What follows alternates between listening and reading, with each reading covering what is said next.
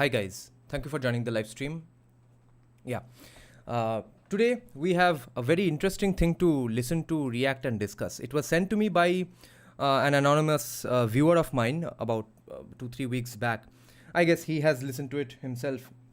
I haven't listened to the whole thing myself as of yet. I have listened to about half of it. The first part is full of usual arguments. In the second part, interestingly, I remember there are some arguments which I think people on the decoloniality side will agree with. But most importantly, I'm very fascinated with this speech of Professor Nivedita Menon. Many of you all obviously know who she is. We'll get to that as well. The main fun part is that this seems to me a victory of the Hindutva discourse, or the ideologues, the intellectuals, the scholars of the Hindutva side, and how much their ideas have proliferated the masses, in the minds of the masses, and how mainstream our discussions and basically counter arguments are becoming, and also how much a critical mass of Hindutvadi debaters on social media are at least active. This speech of hers, this recent upcoming book of hers, is a proof of that. I'm saying that because this entire speech and the book she is promoting basically through this speech is a counter to only and only recent, fresh Hindutvadi arguments. That is fascinating. Her argument is that why we need to take basically a re-look at the concept of secularism, and how she, of course, doesn't say this so directly, but basically how Hindutvadis are misappropriating the idea of secularism, because when we say hijabs, it's okay to ban hijabs in school because secularism, we need a uniform civil code because secularism, we need to eliminate Waqf board because secularism. So this shows how successful we are finally being in ramming it, in drilling into the heads of commies, that what exactly secularism means, how you use secularism all this while, and what it actually means. Any important questions? Sandeep Sanyal is going all gigachad on social media. Yeah, he should. And so let's start this. And of course, for those of you who don't know, Professor Nivedita Menon is half of the character of in Kashmir Files, played by Vivek Agnihotri's wife. That character was based on Arundhati Roy and Nivedita Menon. And she is, of course, most infamous for that line she said while giving a speech inside the JNU campus, that Kashmir has never been an integral part of India, and that is a historical fact. That, of course, makes you question her knowledge of Indian history or sociology in general, but at least she has credentials, a PhD from JNU, I think, in political science or political theory, something like that. Let's start this.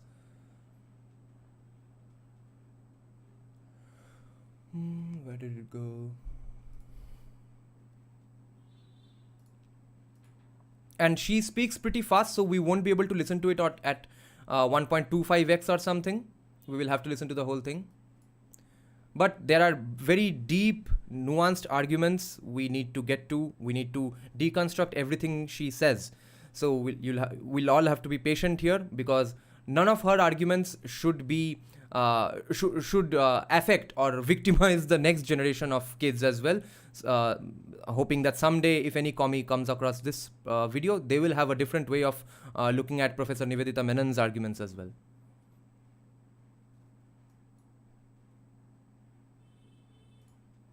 An enormous honor to be invited to deliver a lecture in this series. It's always a huge pleasure for me to come to HCU, which means something to us in the north of India. When I was telling a friend just now that it's really lovely to come to Hyderabad and breathe, because it's not possible to breathe in Delhi, she said, the pollution, eh? She said sympathetically. I said, you know what? The pollution is less toxic than the other kind of breathing that I'm talking about. So it's just great to be here. I love HCU. Thank you for having me here. And I want to salute the spirit of Rohit Vemula, which lives on in this university. Yeah, this speech is in Hyderabad University. So I'll go into my lecture directly. So the title of the book also has a subtitle, which is critical thought from the global south. So the idea was to also write a book from the south, from India, from the south, looking outwards and using our experiences and the experiences of the global south more generally to theorize. Yeah, who is this our? Who is this our experiences? That is, there lies a question, because she will have her own groups to talk about Hindu, Muslims, or maybe women in general, or particular castes, or a particular economic section. Today in the membership live stream, I argued that for exactly this very same reason, that this lived experience stuff, for that we need to teach Savarkar in social sciences as well, because that is also a significant portion of the masses of India who believe in those things, who have learned from Savarkar, who have been inspired from Savarkar. About larger processes, right? That was the idea in the book. I'm using the term misdirection here in a very specific way. So it's not meant to imply that there's a good secularism which is properly directed and then there's a bad secularism that is misdirected. So that is not the meaning of the term, and I explain it in the very first sentence of the book. I draw the term misdirection from magic tricks. So what happens in magic tricks is misdirection is the process by which the magician does something fancy and spectacular and draws your attention towards the wrong side of the stage. And the real stuff is happening on another side of the stage. So you see, guys, she's on the back foot. Misdirection is a way of, it's like the smoke and magic, the smoke and mirrors kind of effect. In the performance of a magic trick, misdirection involves drawing attention away from where the trick is happening. Misdirection involves drawing attention away from where the trick is happening to another place or to other objects that are made to appear more fascinating. So in this book, I address the manner in which the master discourse of secularism and the grid of meanings that it produces effect such a misdirection. The field of meaning that this term secularism invokes structures our vision, making certain objects and features hyper-visible, while obscuring others that are critical factors in contemporary politics and intellectual production. So in this lecture today, I will discuss two such instances of misleading hyper-visibility, something called religion and something called women. That's what I will focus on in this lecture. But in the rest of the book, I also look at three other factors that are obscured by the discourse of secularism: the question of caste, capitalism, and the non-individuated self in the global south. And to address that, I've looked at psychoanalysis in the global south. But I assure you, I will not keep you here to address all the chapters in the book. I will today address and unpack these two objects, religion and women, and the way in which they emerge. I start from the vantage point of India, but I travel further afield to revisit debates on secularism that even today assume a Western perspective as universal. So there are two key components to my argument. One, that... So at least she acknowledged the current modern day fact that the Western perspective is the universal one. Everything else is local and lived experience. State and religion are both elements of the political. They co-constitute each other. The state and religion co-constitute each other.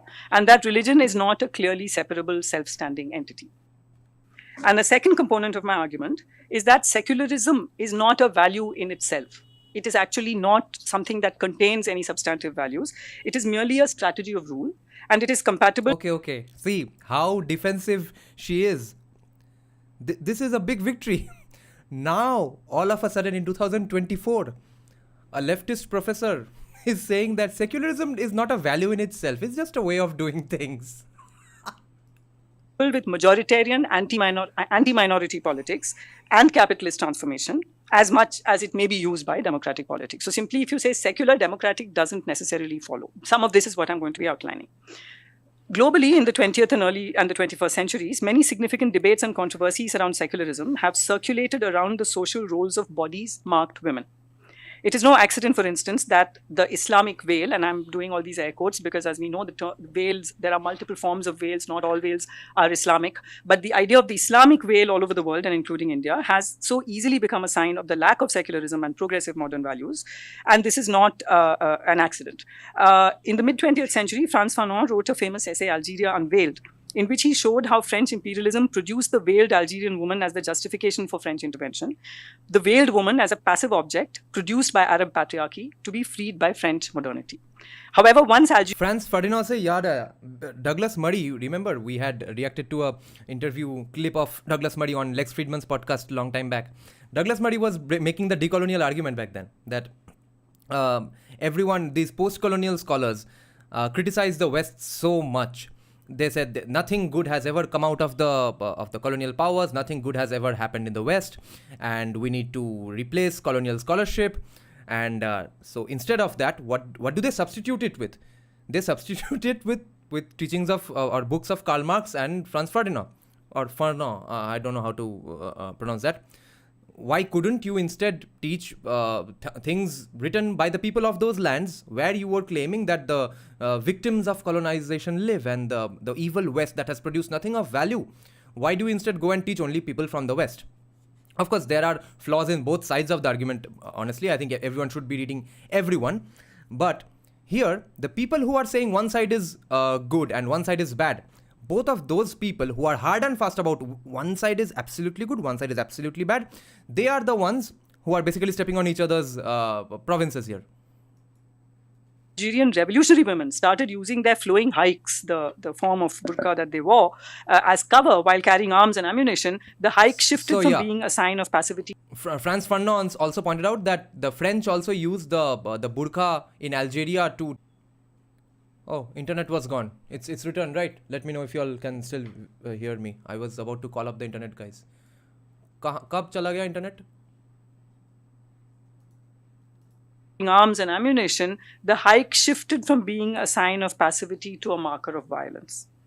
Feminist scholars point out that such controversies referencing modernity often center on women's bodies, precisely because the patriarchal, patrilineal family is at the heart of modern statecraft.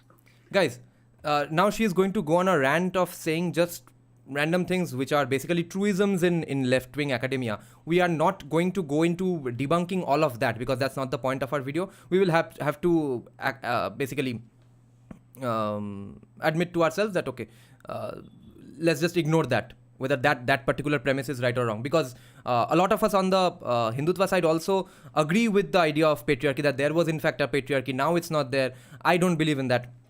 But therefore, let's not debate each and every truism that the left-wing academia has, okay? Otherwise, we'll never finish this. Because the main topic of the book is something else. Veena Das suggests that once the idea of God had been displaced, secular means had to be crafted to ensure that the sovereign receives life, as she puts it, beyond the lifetime of individual members. This then means that the state has a continuous interest in reproduction as well as in the form of the family. Just think about the fact that in the past few months, the Supreme Court of India has declared marriage to be something that it is their job to protect. They did this in the context of surrogacy. They did this in the context of a divorce case. This idea that marriage is something that the state has to protect has been explicitly articulated by the Supreme Court in India. But this is what underlies state practice. This is what feminists have been arguing. Okay, this is an interesting point. So at least she's accusing. She obviously... It's probably fair to say that she doesn't think this is the right thing to do, but she is accusing the state or the judiciary, basically the state with capital S, of having an interest in procreation of the society being abad rahe hamesha, okay, society remaining populated. Do you all agree with it? And even if it is so, isn't it a good thing? I would say it is not enough, of course, but isn't it a good thing that at least there is a state at the moment in some position which is being accused by commies of being too much in favor of procreation. It's making sure there is procreation going on. That is interesting. Which means that the state has a continuous interest in reproduction as well as in the form of the... Exactly. Abhay's point is the important one here, that yes, state has an interest in, let's say, procreation, but it's all of that is state's involvement is coming at the cost of men's rights. The family. So Veena Das is suggesting that the state has to reimagine its relation to the family in more complex ways than by merely assigning the family to the realm of the private. So that's the discourse, that the family is in the realm of the private, but the Supreme Court keeps uttering. And these utterances are very important in bringing the family into the public. Whether it is the Islamic veil or sati in India, you will remember the debates over sati in India, or female circumcision in Asia and Africa, women's bodies come to be located in a kind of whirling vortex of patriarchy and imperialism slash majoritarianism. Yeah, pausing just for the sake of it, that it is a false equivalence. The numbers of sati, the numbers of female genital mutilation in Africa, and the numbers of women wearing the veil is not remotely the same. And women's resistance comes to be against one or both of these. And women's resistance is always walking a razor's edge. Resistance to patriarchy may strengthen the hands of the colonizer or the majoritarian state, while resistance to the state may push women towards greater patriarchal control in their communities. So it is genuinely a razor's edge. But while This argument is very interesting, very, very subtle, but of course based on a lot of unimportant and irritating premises. But based on all the premises that leftists believe in, this is an interesting situation that they are putting themselves, or at least Muslim women in this case, in. That if you resist wearing burqa too much, you end up strengthening the hands of the so-called the colonizers in this case, or the oppressors in this case, which is the Hindutva side. Or if you don't, you then basically play into the hands of your own religion's oppressors, the oppressors from your own religion. So महिलाओं का तो कुछ भी यहाँ पे भागने का जगह नहीं है. They are trapped between a rock and a hard place. That is Nivedita Menon's argument here. Decades of feminist scholarship have established that women's bodies are the site for the performance of both nationalism and community identity. We also need to recognize that within this complex matrix, in some cases, women do exercise agency. I do admit that it's difficult to imagine women's agency in the context of sati or female circumcision, which takes place on very little girls. But I'm willing to think it through and talk about it, and there are ways in which we can talk about it. But I think there is some. No, I don't know the details of sati. Was a woman forcibly tied up on a pyre? Then of course there's no agency. If it is a woman thinking that my husband's dead, the property is going to go away anyway, or some invader might pick me up, so I'll just die with my husband. If the belief is that strong, even that might happen, and that might be pushed aside in the category of consent and agency. But with the veil, it becomes possible to find the space to theorize agency.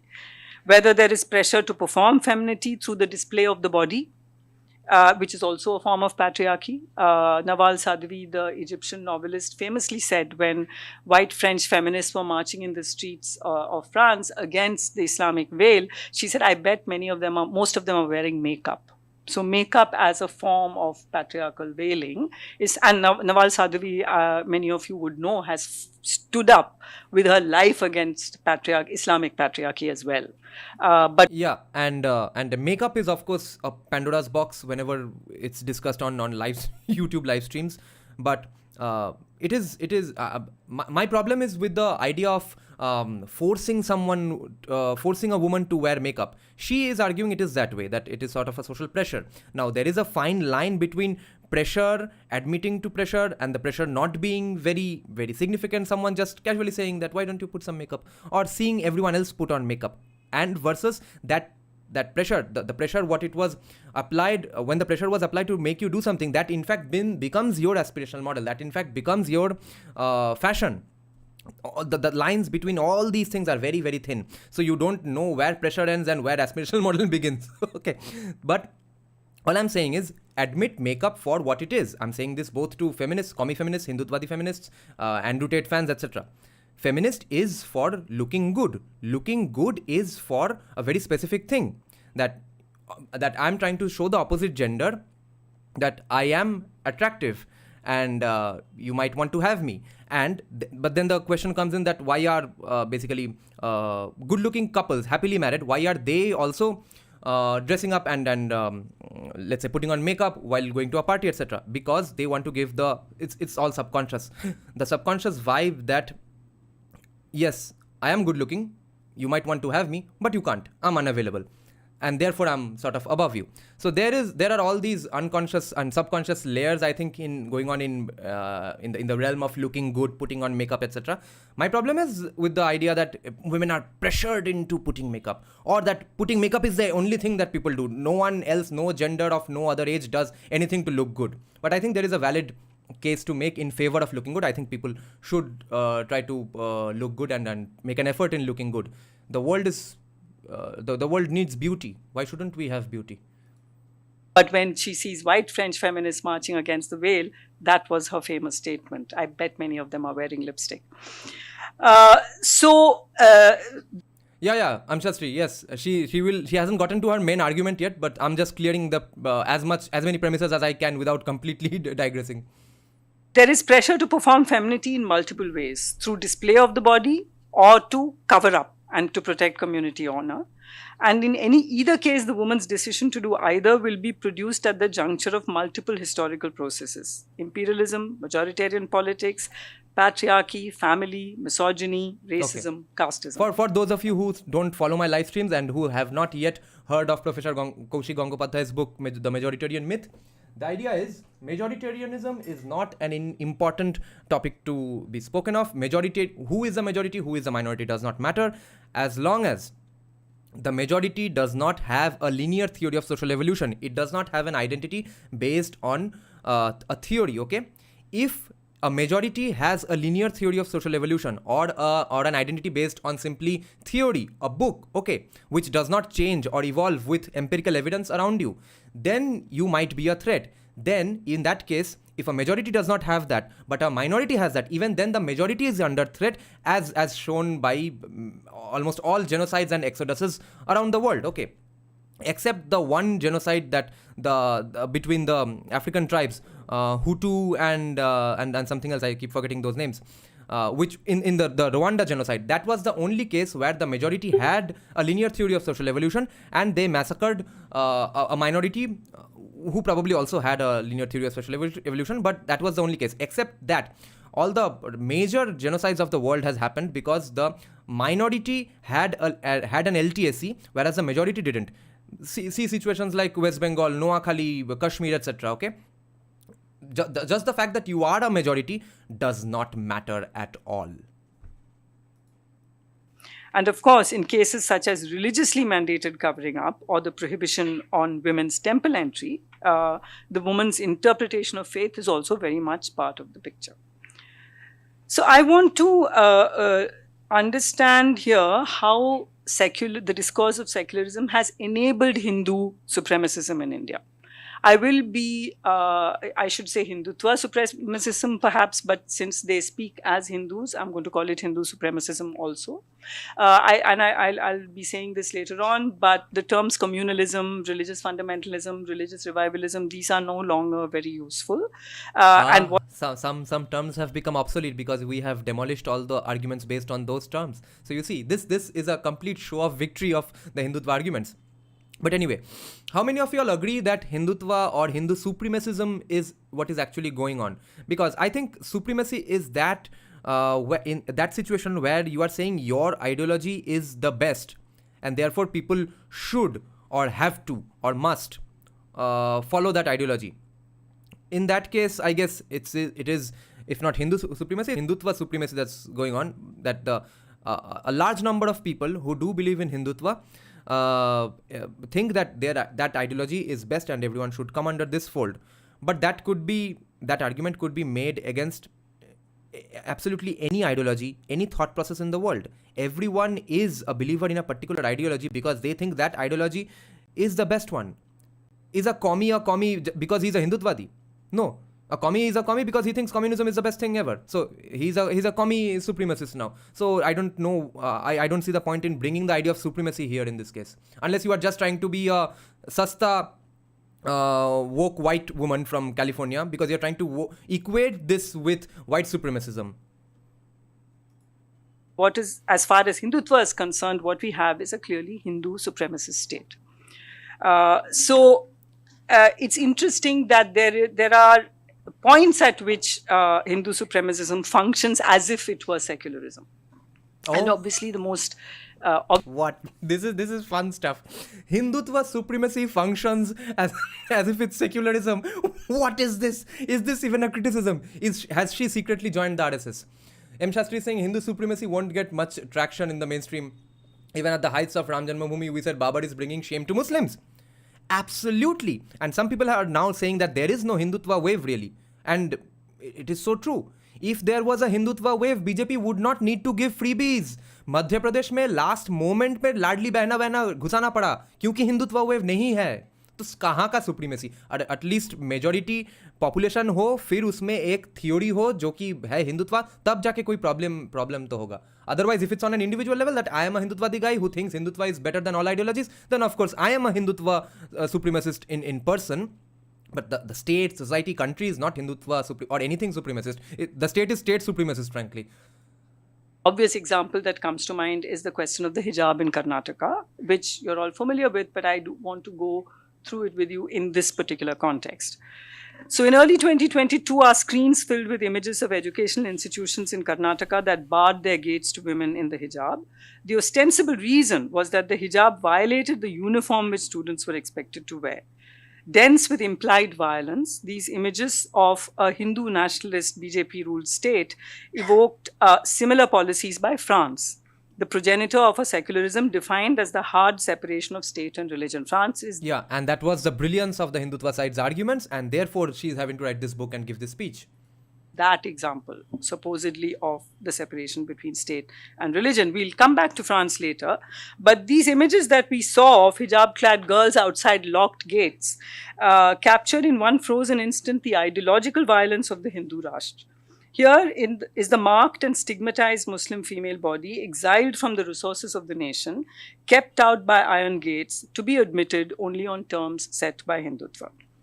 Let us note that we are not talking about only ideological violence. I say only because we know how powerful and violent ideological violence is. But we are not talking only of ideological violence, of course, the power of which we have witnessed in plenty since 2014 when the BJP came to... Oh my god, I don't get it. Is she a declared leftist or communist or Marxist or something? How can anyone who's remotely Marxist accuse anyone else of or talk about how violent ideologies can be? Of course, any violence, most violences happen based on some ideology, but she's not talking about that, of course. You all know, right? She's talking about an ideology itself being violence, because in social sciences today, violence is not just physical beating up. Anyone talking rudely about someone, anyone threatening someone, anyone talking about someone's ancestors, all of that is violence today, okay, in social science lingo.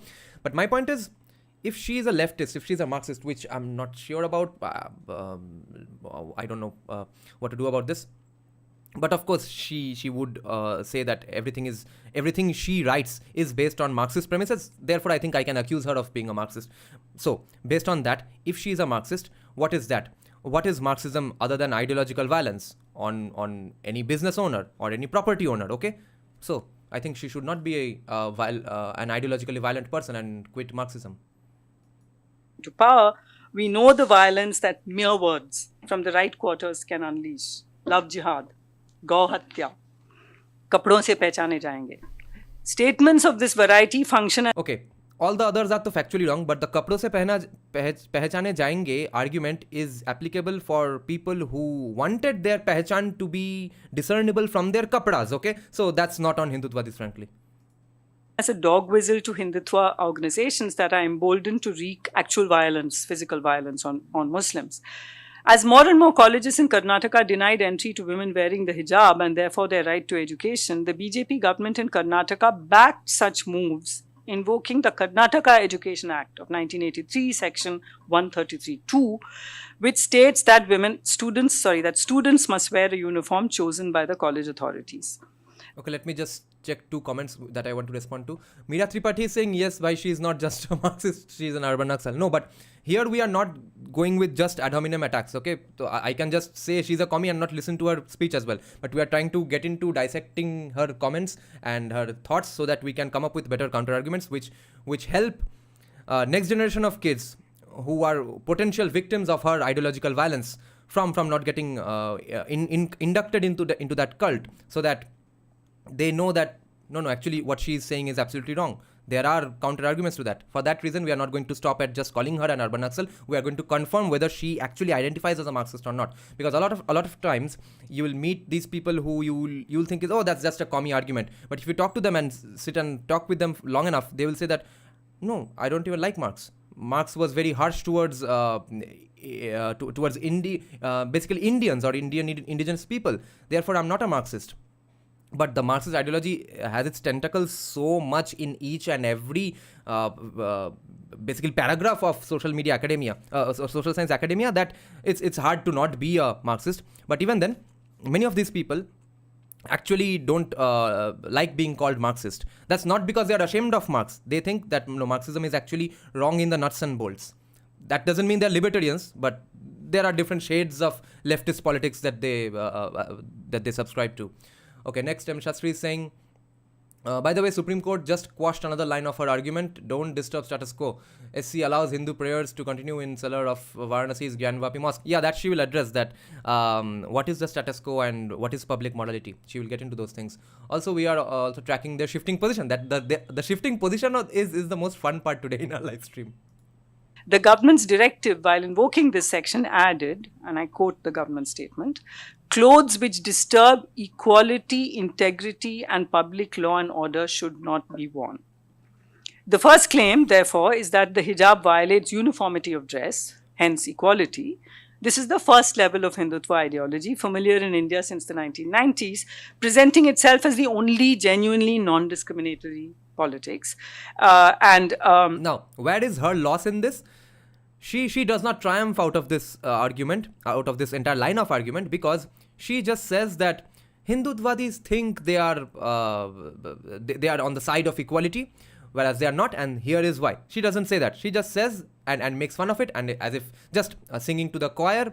She is basically in the probably in a literal echo chamber, where everyone believe in the truism that Hindutva has nothing to do with equality or breaking up caste barriers, etc. They just think that way. And she also says and agrees to those things and makes her next arguments on these premises. But she doesn't basically address any of these truisms, claiming that it is actually secular and hence the insult pseudo-secular. So this is very much a 90s kind of position.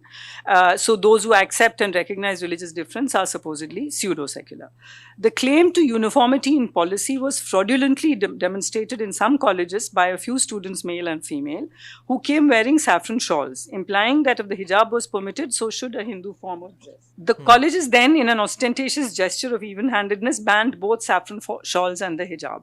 You understand what is going on here, why I'm talking about this in the context of secularism as a discourse. This is, see, how entrenched commie echo chambers are in the academia.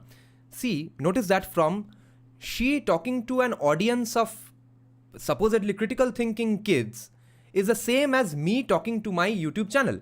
I know that it's mostly right-wingers, Hindutvadis in my viewers, so I many times say that you know what she's doing, right? Or you know that, right? You probably know that thing, right? She's talking the same way. What the hell? How? This is not supposed to happen. ये होना नहीं चाहिए. ये बहुत गलत बात है. A professor should not be saying that, oh, you know, right? Yeah, wink, wink, nudge, nudge. You agree with my commie premise here, right? And then she moves on.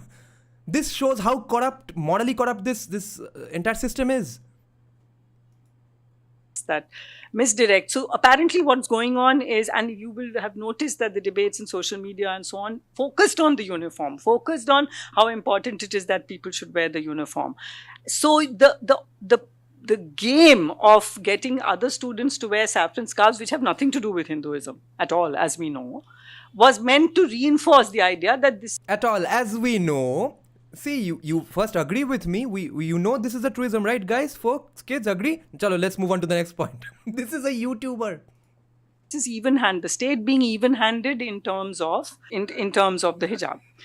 So the colleges then banned both saffron shawls and the hijab. But as we know, wearing saffron shawls is not any sort of religious or Hindu requirement at all. And groups of students... I'll tell you why they'll lose, ideologically at least, in the next few decades. Because there's one particular very specific thing they have not realized about Hinduism. or basically Sanatan Dharmis. I think especially Sanatan Dharmis. Which is that since Sanatan Dharma is not an identity based on theory, it's not just one book saying do these things for forever and after. Since it is at its core, at its heart, an experiential identity. And they think that, no, Sanatan Dharmis only read Gita, where I think some translation says that you should not harm anyone based on the religion. No, guys, people don't follow, Hindus don't follow any theory or book. We operate on experience, what they call lived experience. when the experience around us changes and we are shown that, wow, so many atrocities happened, oh, we now know it, oh, we now are still living in the midst of people who are going on defending Aurangzeb and Waqf board, then the experience is changing. And the response is going to be based on that experiential identity, not on the right or wrong translations of Bhagavad Gita. Suddenly wearing them to college obviously was stark evidence of political mobilization by Hindutva organizations. The norm by which uniformity is created, whether it's a uniform civil code or a uniform, will always be the dominant norm. If everyone has to be something or do one thing, what will that something be? And who decides what that something must be? So inequality is not produced by difference, but by the failure in the public domain to acknowledge the existence of difference. And this, as feminists and as people from the left who have espoused secularism, there has been a huge discomfort. I'll listen to this argument once second. She just came up with a brand new, refreshing definition of equality. Let's check this out once again. The existence of difference, and this has what that something must be. So inequality is not produced by difference, but by the failure in the public domain to acknowledge the existence of difference. And this, as feminists and as people from the left who have espoused if we think of equality that way, it actually makes equality even less desirable. And that I'm very much against equality. I'm very much in favor of hierarchies, because if your upbringing, your own efforts, your own diet, your child nutrition, your parents' lineage, your parents, not lineage, your parents' health, etc., how poor or rich your parents were, did your father beat you, did your mother protect you, did your mother beat you, did your father protect you, did both of them protect you, did both of them beat you up? Since there are an infinite numbers of variables in a person's life, in their upbringing and in their efforts, knowledge, everything. So I think asking for an equality at the outcome level is absolutely stupid and bogus.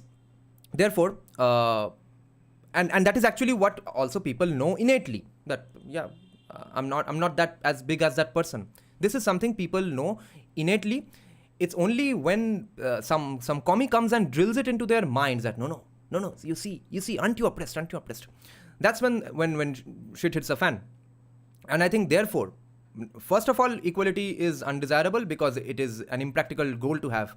But even this, she is saying equality is not the general inequality that is there in society. When people don't realize and acknowledge that difference, that is when inequality actually happens, or that is really inequality. So in both cases, in both the ways of defining equality is not a good thing. Secularism, there has been a huge discomfort with acknowledging difference in the public domain. And that's something that we need to take into account. So inequality actually is produced by the refusal to acknowledge the existence of difference in the public domain. The more important point to note is that the person who is assumed in the abstract to be the citizen is already distinguishable, is already marked by a particular kind of difference. It is precisely because by default, the abstract citizen of Europe is assumed to be white male and Christian, or in India to be Savarna male, North Indian and Hindu, that the introduction of black, female or Muslim identities in the mix is so threatening. In the directive of the Karnataka government, what is really interesting, however, is the invocation of integrity and public law and order. And that brings us to the more explicit Hindu Rashtra argument, which has moved away. So they are using two kinds of arguments. One is they are truly secular and that they are only interested in the uniform. Guys, but another victory speech from my side here. See, this is what I am always talking about. Now, Hindutva for her, when she thinks of Hindutva, it's no longer just the lathi-wielding Bajrang Dali. Now she is saying there are two kinds of arguments from that side. Now she is really screwed. Because when Sitaram Goel was writing books and Hindutvadi people were writing letters to the editor, जो कि कचरे के डब्बे में जा रहा था, तब you had an excuse that, what is Hindutvadi? It's just baby don't love. I mean, it's just some people wielding a lathi, breaking up posters and buses, trucks here and there, breaking up mosques, protesting for some movie. That is all there is to Hindutva. Now she is in a much bigger trouble, because when that happened, she could just denounce it, condemn it, move on, because that's not really her personal duty to counter Hindutvadis back then, okay? Because Hindutvadi letters are not even reaching her ears, and the other Hindutvadis she can see on news are only damaging buses and trams, okay? Taxis. Now the Hindutvadis have arrived at her metaphorical doorstep. Now she has to take on Hindutvadis personally in her personal life as well. Now she's having to work extra hard.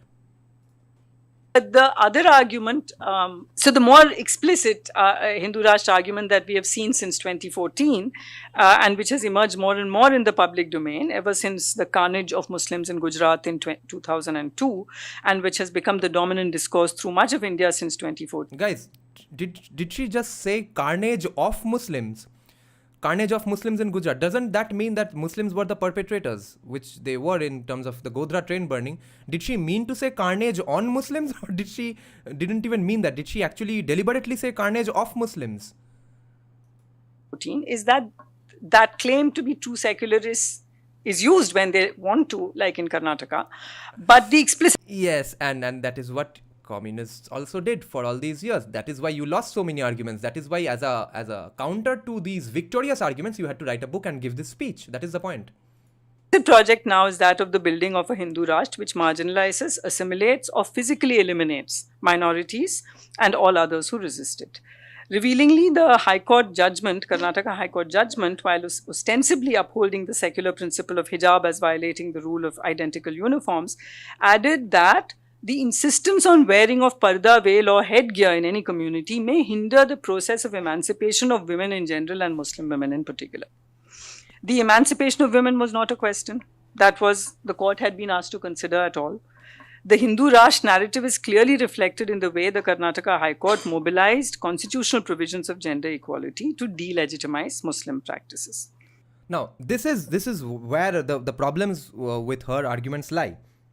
Objectively, I think any commie who listen to this also must correct her on these things. That if you are saying that she's basically proving here that Hindutva is about true secularism and true equality. What is going on here? At least, if not true equality, this is truly about secularism, because the things you are supposed to wear in schools or colleges is literally called a uniform because it has to be an uniform. Of course, with gender differences, there are different rabbit holes of arguments that we can go into in that particular realm, but we're not going to get into that. But more or less, it's supposed to be uniform, at least in terms of inside one gender. At least it has to be an uniform, which is why it's called a uniform. You can, of course, make an argument for not having a uniform in the first place, but that is not the argument you are making. You are saying Hindutvatis are on the side of uniform. How bad? That is a hilariously bad argument. The integrity of the nation, which they said, and public law and order, which they said is vitiated by the wearing of the hijab, demands that all differences be subsumed under a North Indian Savarna masculinist version of Hinduism, and anything that defies this vision is culpable for the breakdown of public law and order. Factually wrong. If that uniform was in fact a masculinist Savarna Hindutvadi North Indian uniform, then you could say that. What is that vision? That vision, she would argue, probably is a sari with a ghungat. But the female students in that college were not being asked to wear sari and ghungat. So it is not even a Savarna masculine North Indian Hindutvadi vision in place. So that's why law and order integrity is you present yourself as different in the public domain. By your very body, you are challenging the integrity of the nation and public law and order. The responsibility of maintaining law and order rests not on those who react violently to dissent and difference, but on those the Hindu Rashtra identifies as dissenters, as well as those who insist that their differences with the Hindu Rashtra be noted. Right. So when the hijab issue was boiling, as it was... Noting being done by the people on the Hindutva side, this argument has to have its limits, because the visual markers that she's accusing Hindutvadis of noticing, those markers came into place from that other side only. Like Ankit Shah has said 1,000 times that, and we all know that before 1971, the 70s, the Saudi Arabia, UAE were not funding Islamization of South Asia. Before that, a Bangladeshi Muslim wore only Bengali clothes. A Bengali Muslim in Kolkata wore Bengali clothes. And even if you see 90s and many movies depicting the 80s and 90s in Bollywood, they show Muslims wearing normal pant shirt. So where did those visual markers come from? Those visual markers came as a result of Islamization and getting back to the authentic Islam, like Said Ahmed Barelvi tried to do, like Sir Syed Ahmed Khan tried to do. Okay, these were all Islamic reforms. Islamic reform means going to a more perfect version of Islam. So they were the ones who came up with the markers to differentiate themselves from the non-believers and the non-Muslims. So how is it a blame on anyone to observe those differences? The differences did their job, basically. In Karnataka, there was one kind of voice from among Indian feminists that defended women's rights to education as well as to their religious beliefs and convictions. My position was that. But other feminists, although staunchly anti-Hindu supremacist, nevertheless expressed discomfort with religious practices such as the veil that they saw as patriarchal and discriminatory. So from the first point of view, the argument is that the decision to wear or discard the hijab, or for that matter, whether to accept or resist the ban on women's entry into temples, and I will be talking about the Sabrimala temple entry movement as well. The argument is that it cannot be made on anybody else's behalf, not even by feminists. The reason for this is that the idea of agency is not an easily accessible one. When may women be considered to be victims needing protection, and when as active agents engaging with or resisting power and carving out their own spaces? The notion of choice is not enough to answer this question, because freedom of choice is always exercised within strict boundaries that are non-negotiable. The boundaries that are defined by economic class, by race, by caste, and of course by gender. The freedom to choose is never absolute. And yet within those limited boundaries, people do make choices.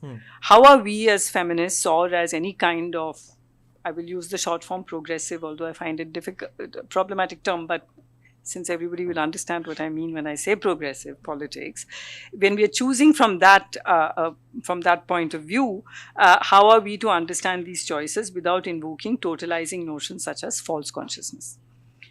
Now, for the second point of view, which is feminists opposed to Hindu Rashtra who were uncomfortable with and not happy with the idea of the veil at all, I'm going to take the representative instance of Noorjahan Safia Niaz, co-founder of the Bharatiya Muslim Mahila Andolan, which fought the Triple Talaq case in the Supreme Court and won. So that judgment came because of a huge grassroots movement by the BMMA, the Bharatiya Muslim Mahila Andolan. And what Noorjahan Safia Niaz said was in an interview is that the covering of heads or faces by women is not a cultural aspect of the Muslim community alone and should not be seen as specific to Islam. That was one point that she made about, she was talking about how North Indian women, non-Muslim women wear a ghungat and cover their face and so on. So it's not specifically Islamic. That was one argument she made. But the second argument she made was that the hijab is not necessary to being a faithful, practicing Muslim. And she said I'm quoting her, there are other ways of asserting one's Muslim identity. That the hijab is essential to Islam is also a superficial reductionist understanding of the religion. Islam is not about how much of my head is covered or how long is my abaya. Islam is about equality, justice, wisdom, compassion, prayers, fasting. That is the basis of Islam. Now, so this is from the BMMA making an ambiguous feminist articulation, but of course, so we need to be able to see this point of view as coming from a different location, obviously, than the Hindu right, arguing that the hijab is not essential to Islam because many practicing Muslim women do not wear it. So they were using, in a sense, the same argument. But that doesn't mean that you cannot make she is trying hard to equate ghungat and hijab, but you can't because no one was asking the kids in that college to wear a ghungat. So it's not going to work. And whatever M. Shastri is saying here, that's very important and fun. Argument in a strong feminist way. And so they tried to make it that hijab is a matter of personal choice, and then it's therefore legitimate to ban it in educational institutions where students are expected to wear a uniform. Now, I won't go into a particular interesting legal conundrum in India. But we can talk about it in the discussion if you like. But there's something called the Essential Religious Practices Test, ERP. I mean, ERP is what it has just come to be called. But what happens is that a number of cases reach the court on these grounds. Is such and such a thing an essential religious practice of such and such a religion? And then the court determines on the basis of arguments placed before it, whether it is an essential religious practice or not. And the legal scholar Gautam Bhatia has argued that it's an extremely retrogressive idea to use, because it establishes the idea of essential religious practices, establishes a religious community as homogeneous. It accepts the dominant voice on what is the essential religious practice. So Gautam Bhatia's argument is that something like this is actually I argue with it mostly. Desai Deepak agrees with this point. Everyone. Okay, I want to respond here something. कहाँ गया? Yeah. Abir Zen is saying that the feminists in majority Islamic countries criticize Islam, but in minority Islamic countries they protect Islamists. What is this dilemma? The dilemma is all because of that one thing, the idea of the Gabbar Singh, the bhoot of majoritarianism. The problem is, if you'll understand best why this argument is foolish and how it can be dismantled, if you read this small book by Professor Koshin Gangopadhyay, it's called The Majoritarian Myth. The idea is that if it is a majority and you are a minority, you are always under threat. कभी ना कभी कुछ भी दिन कहीं भी कभी भी कुछ भी हो सकता है तुम्हारे साथ, इसलिए protect Islamists if you're in a majority non-Muslim country. The idea of the hijab should be tested solely on the question of freedom to practice religion the way you want to practice your religion, rather than something being an essential religious practice or not. And I think that's so you notice we're already heading into quite clearly into the domain that I indicated in the beginning, that the state determines what religion is. That state and religion co-constitute each other. There is no such thing as religion that exists outside of the state, visible for all to see. So in many ways, one should see Niyaz's voice as one voice from within the Muslim community, and there are other voices which believe that to wear the hijab is the way in which they feel closer to their religious beliefs. So it's not. We should recognize that whether the question of whether something is essential to a religion or not is not for anyone to decide, least of all the courts. Exactly. Because then that decision is made on the basis of dominant voices, right, which will go with certain kinds of texts and certain kinds of arguments and set up that society, that community as homogeneous. Of course, this perspective that Muslim women don't need to wear the hijab became even more strident in the Indian public domain when the Iranian revolution against the authoritarian regime there took off in 2022. As you remember, rejection of the mandatory headscarf was a central demand of the very militant Iranian women's resistance to rule by authoritarian Islam. Now, the only way I think this conundrum can be unraveled is by recognizing that both women and religion are misleading categories here and in all such debates.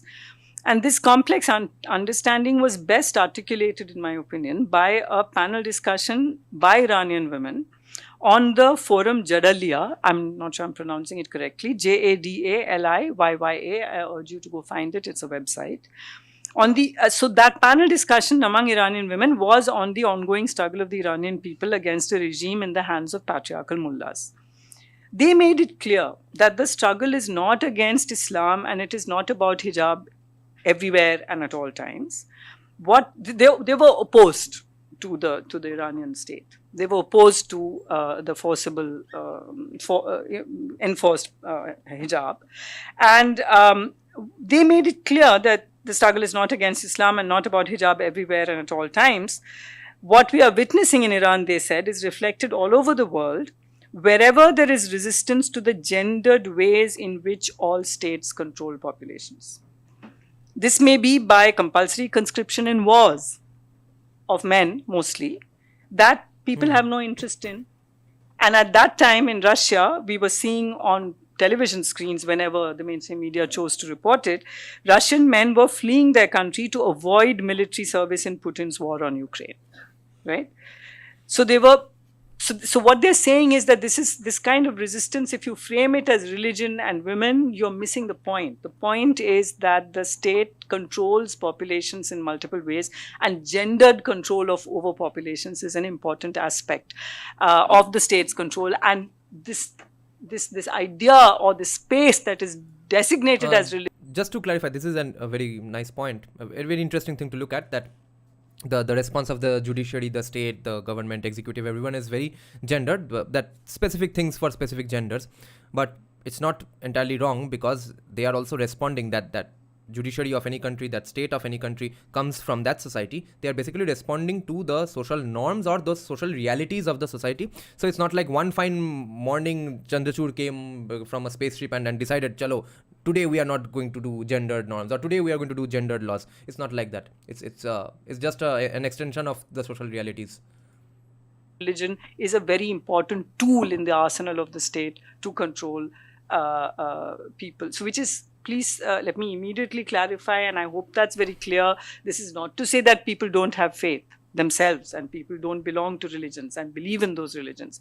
The point is that the other basically trap she has dug for herself from the very beginning is that she is basing all seemingly interesting arguments, which we could have discussed, and I think she gets to them based on other premises and other examples. But the first example that she has brought up is this hijab ban issue of one college where an uniform is compulsory for everyone. But she has to now compare that with state oppression, France, Iran, everything. How are you going to do that? So this is a very, very stupid way to do it, because it is not a state doing it. It is not even a judiciary suo moto going and saying that no, do not let any woman wearing a hijab enter. This was done inside a college premise, so with clear instructions of uniforms. They are called uniforms. I'm using the term religion, but the moment you start trying to unpack it, or if I ask you to define it, the definitions will come from legal documents.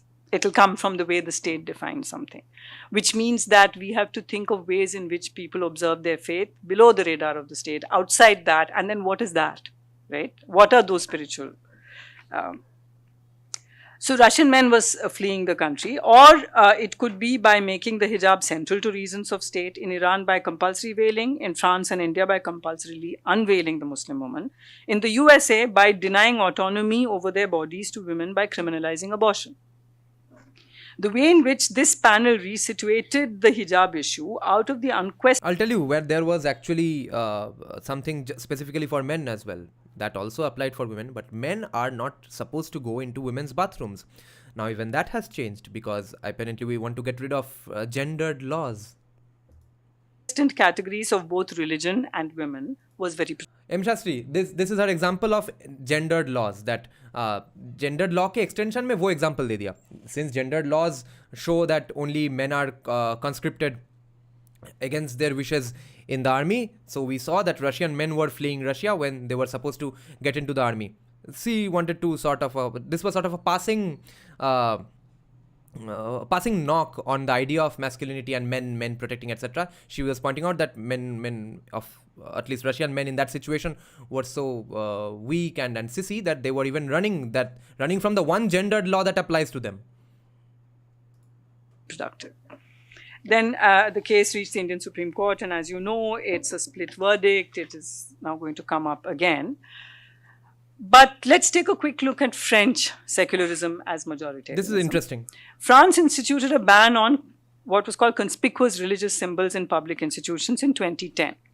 This was a coded term. It was a coded term referring essentially to what was called the Islamic headscarf.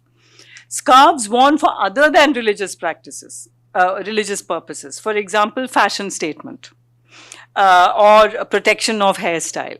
Those are not considered by the French state to be a problem. So it is inside what you feel when you wear the headscarf. That is. Okay, Abir Zain is mentioning something here. I think for the few people who don't know, I need to point this out. He's saying that our CJI is pretty woke. Of course, that is understandable. He has passed out of Harvard. But he's saying that even USA's CJIs don't speak in the manner of the Indian CJI. That is because the American CJIs are basically packed into by whoever is the president. So a lot of those chief justices were packed by right-wing presidents. Trump packed the Supreme Court with some of his favorite chief justices. So there, obviously, the main reason a lot of conservatives actually ended up voting for Trump in the 2020 election, whereas they didn't vote for him in the 2016 election, is because Trump has forever been a New York liberal. Okay, he just thought the country is going to dogs too much. I need to do something about it. And whatever my views are apparently Republican now. So let's go in the Republican Party. But of course, he had sympathies for Bernie Sanders' views as well, because they, on the one issue that they were both exactly, they had exactly similar stances on, was bringing back manufacturing from China to USA, which will never happen, of course. I think will happen. That's why they need illegal immigration. But you see, those actual conservatives are now great fans of Donald Trump, evangelists, etc., because this is the main legacy of Donald Trump, that he stuffed the American Supreme Court with conservative judges. They can do that legally. In India, we can't, because our judiciary is again like a linear theory of social evolution, where some people far removed from the society, from the, at least from the day-to-day matters of society, they take the decision and are basically unaccountable. It's a private club, for them, of them, by them, not for them. Yeah, but you get what I mean. The problem. Think about it. Look at the definition of what religion is. If I go out with a scarf and I'm white, I could be Muslim, but I will not be asked, because wearing a scarf the French way, look it up. Look up style blogs. How to wear a French scarf like a stylish French woman. They'll tell you. But those French women cannot be Muslim. Or if they are Muslim, they have to pretend it's about style. Something is going on here. Mr. First Principle, France also screwed this up, I think, in terms of argument-wise. How are you going... If a white white woman converts to Islam, or if it's basically a Saudi Arabian Muslim woman who is fair as fuck, what if she wears hijab and you don't even know whether she is wearing a scarf because she is Muslim, or she's wearing a scarf because she is French? So how are you going to solve for that? So in that situation, of course, France was also basically improvising according to their experience around them. Yeah, right? It's not very clear. There's a lot of interesting slippages. For instance, 11 years after the French ban, as the European Union now considers strict limitations on Islamic headscarves, French style blogs and magazines continue to promote heads covering scarves worn like a French woman. Presumably, this style is meant exclusively to refer to headscarves worn by French women who are not also practicing Muslims. Many swimming pools and beaches in France have banned the burkini, a body-covering outfit some Muslim women wear at the beach. It's like a full churidar and t-shirt. M. Shastri, yeah, absolutely, deliberately. Full-sleeved, etc. So they banned the burkini because that's seen as, again, a non-secular practice. One response by municipal authorities in 2019 to the protests and defiance of the ban by Muslim activist groups and by citizens' rights groups was the closure of 2 swimming pools. You know, these are ideological shape-shifting. Shape-shifting, do you all know, guys, what it is? Like, at one moment you are here, at the next moment you are there.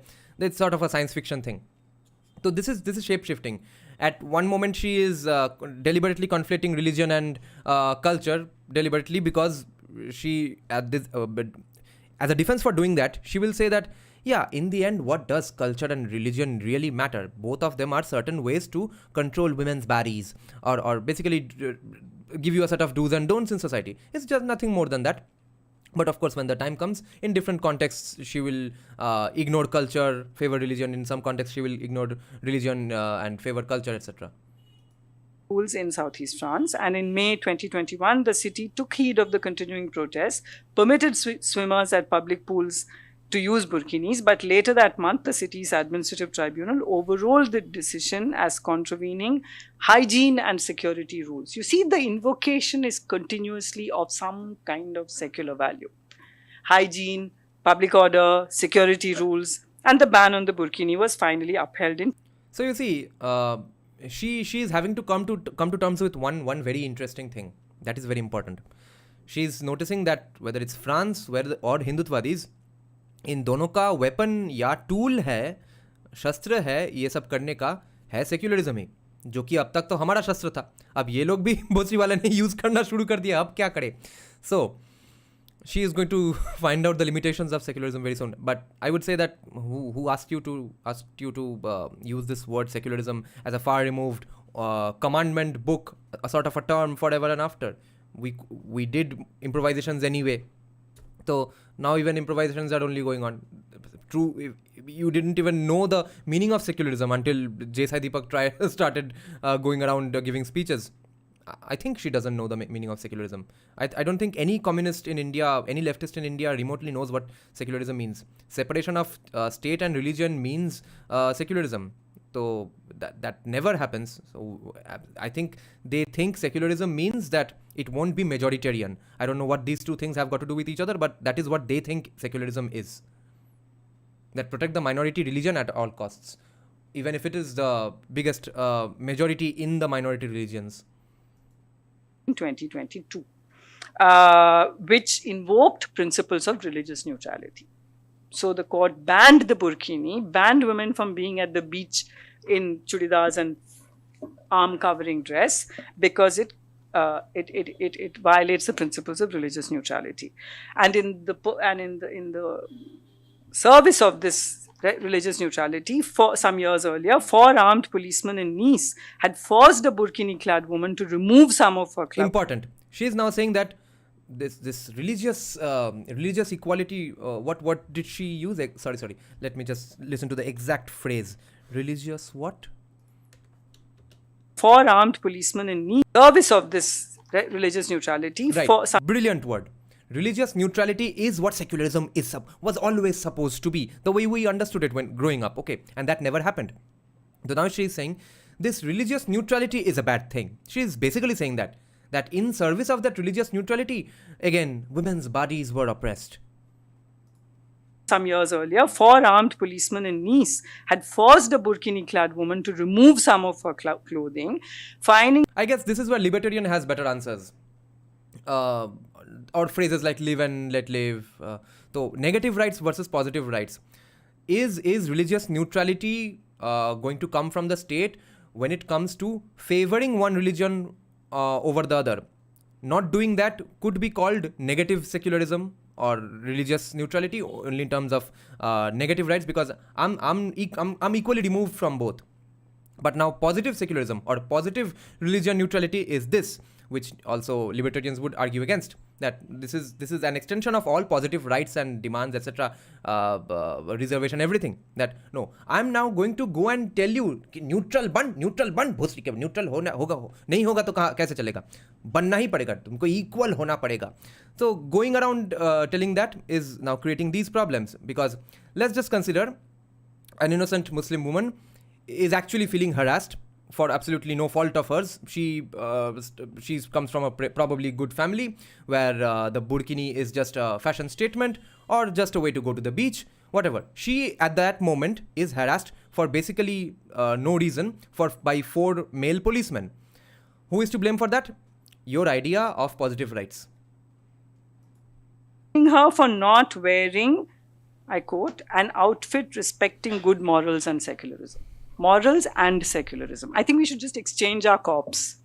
Send the French policeman here and send the Indian policeman there, so that... Now, this is what M. Shastri is pointing out. Now, Hindutwadis are the equivalents of French people.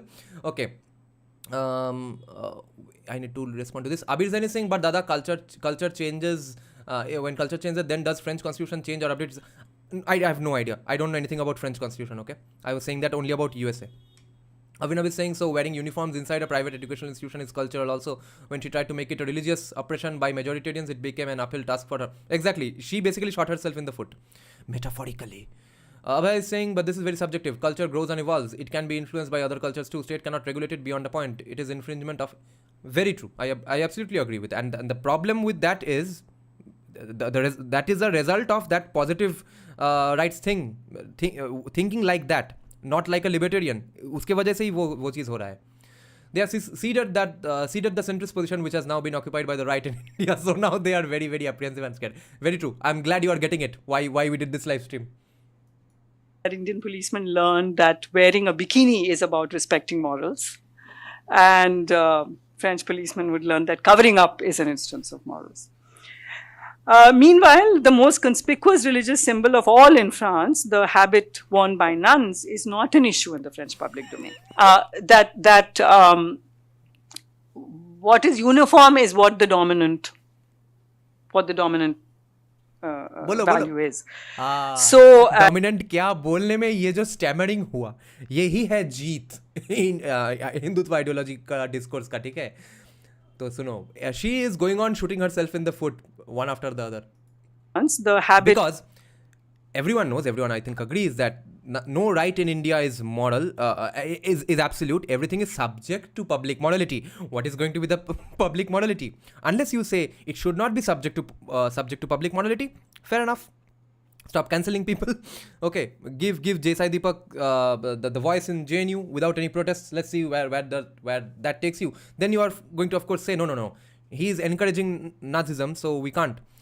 So public morality का pressure भुगतो भाई. Worn by nuns is not an issue in the French public domain. What is uniform is what the dominant. I think she just realized this after about 40-50 years that she has been alive on Earth. She just realized that what's uniform is the dominant. Oh my God. Value is. So, in fact, in response to the Nice incident, many women posted pictures of nuns on that very beach, walking in their habits to highlight the country's double standards. Because in France, of course, it's the Catholic Church, which is the state. I mean, this idea that secularism is separation. I like this. ये France का first principles के ऊपर फुदकना ये भी call out करना चाहिए कि देखो तुमने भी ये तो गलत ही किया, तो तुमने भी वही किया जो कि हिंदुत्ववादी यहाँ करना चाहते हैं, और फिर you can't even handle it properly. Of state and religion is a fable, and that's one of the things that I'm unpacking as we go along. Of course, in a notable parallel, we know that the BJP Chief Minister of Uttar Pradesh habitually wears the saffron which identifies him as a yogi. Similarly, so that's a public domain. He's occupying a public office and he dresses like a Hindu yogi. Right. Similarly, Sikh turban. Thus, if whatever her imaginary definition of secularism is, if in that imagined secularism, Yogi Adityanath is asked to not wear his religious dress, that would mean the state again going actively against religions or trying to show off its secularism to such an extent that it's basically anti-religion. Secularism is not about being anti-religion. Secularism is about accepting and letting everyone have a voice or existence in society as long as they don't harm each other. ये इतना simple sentence है भाई. ये पूरा इतना simple sentence का मतलब जो सत्यानाश हुआ है, all that is because of believing in the majoritarian myth. I'm not getting paid by this publisher even. I'm promoting this book so much. Turbans were permitted under the rule in Karnataka. Sikh turbans were permitted because the state government defined them as a constitutional right. Now, what was happening here was not giving a right to Sikhs. It was assimilating Sikhs into the fold of Hinduism. It was recognizing Sikhs as Hindus and making explicit which religious identity works implicitly as the norm in the public domain and which is illegitimate. The more fundamental aspect that underlies... Okay. Now assimilating Sikhs is bad, illegitimate. Interesting. I guess you would argue that Sikhs should not have been assimilated into Hinduism. They just should be assimilated into Indian culture. That is an abstract word, ambiguous word. What is Indian culture without Hinduism? वो debate अगर शुरू हुआ तो 3 दिन लग जाएगा. Oh my God, so many holes in her argument. I can't choose which hole to pick. It was assimilating Sikhs into the fold of Hinduism. It's not giving religion standards. Because in France, of course, it's the Catholic Church, which is the state. I mean, this idea that secularism is separation of state and religion is a fable, and that's one of the things that I'm unpacking as we go along.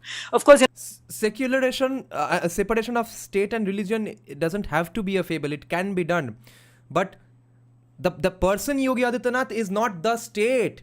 He's a face, one face in the state. Okay, in the thing called state with capital S. Maybe he's the head of the state, or a representative of the people, or representative of the state, but he is an individual. His actions have to be separate from religious actions. He does not have to run away from religion.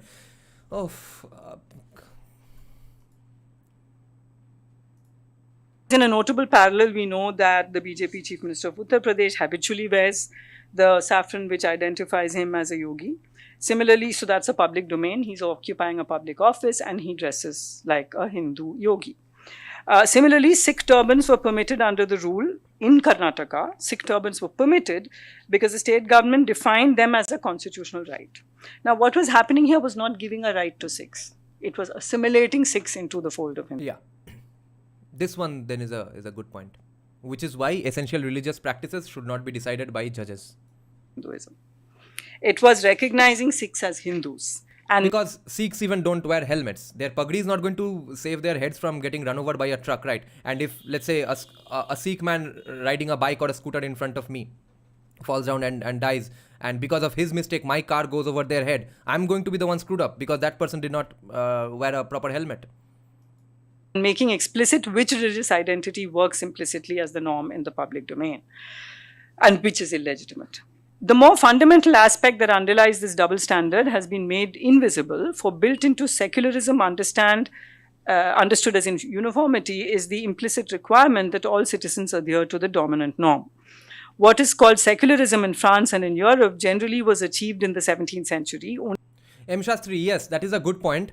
The problem is that now what do you define by codified? That would be the argument, because they would pull out some hadith that says that yes, a burqa is necessary, because in by some logic it is, because Syed Ahmed Barelvi, people like them, people who are trying to reform and get back to a purer form of Islam, had this opinion and wrote countless books that are considered as the codifiers of Islamic practices, that you have to lead the exact kind of life that Prophet Muhammad and Aisha spent in Saudi Arabia.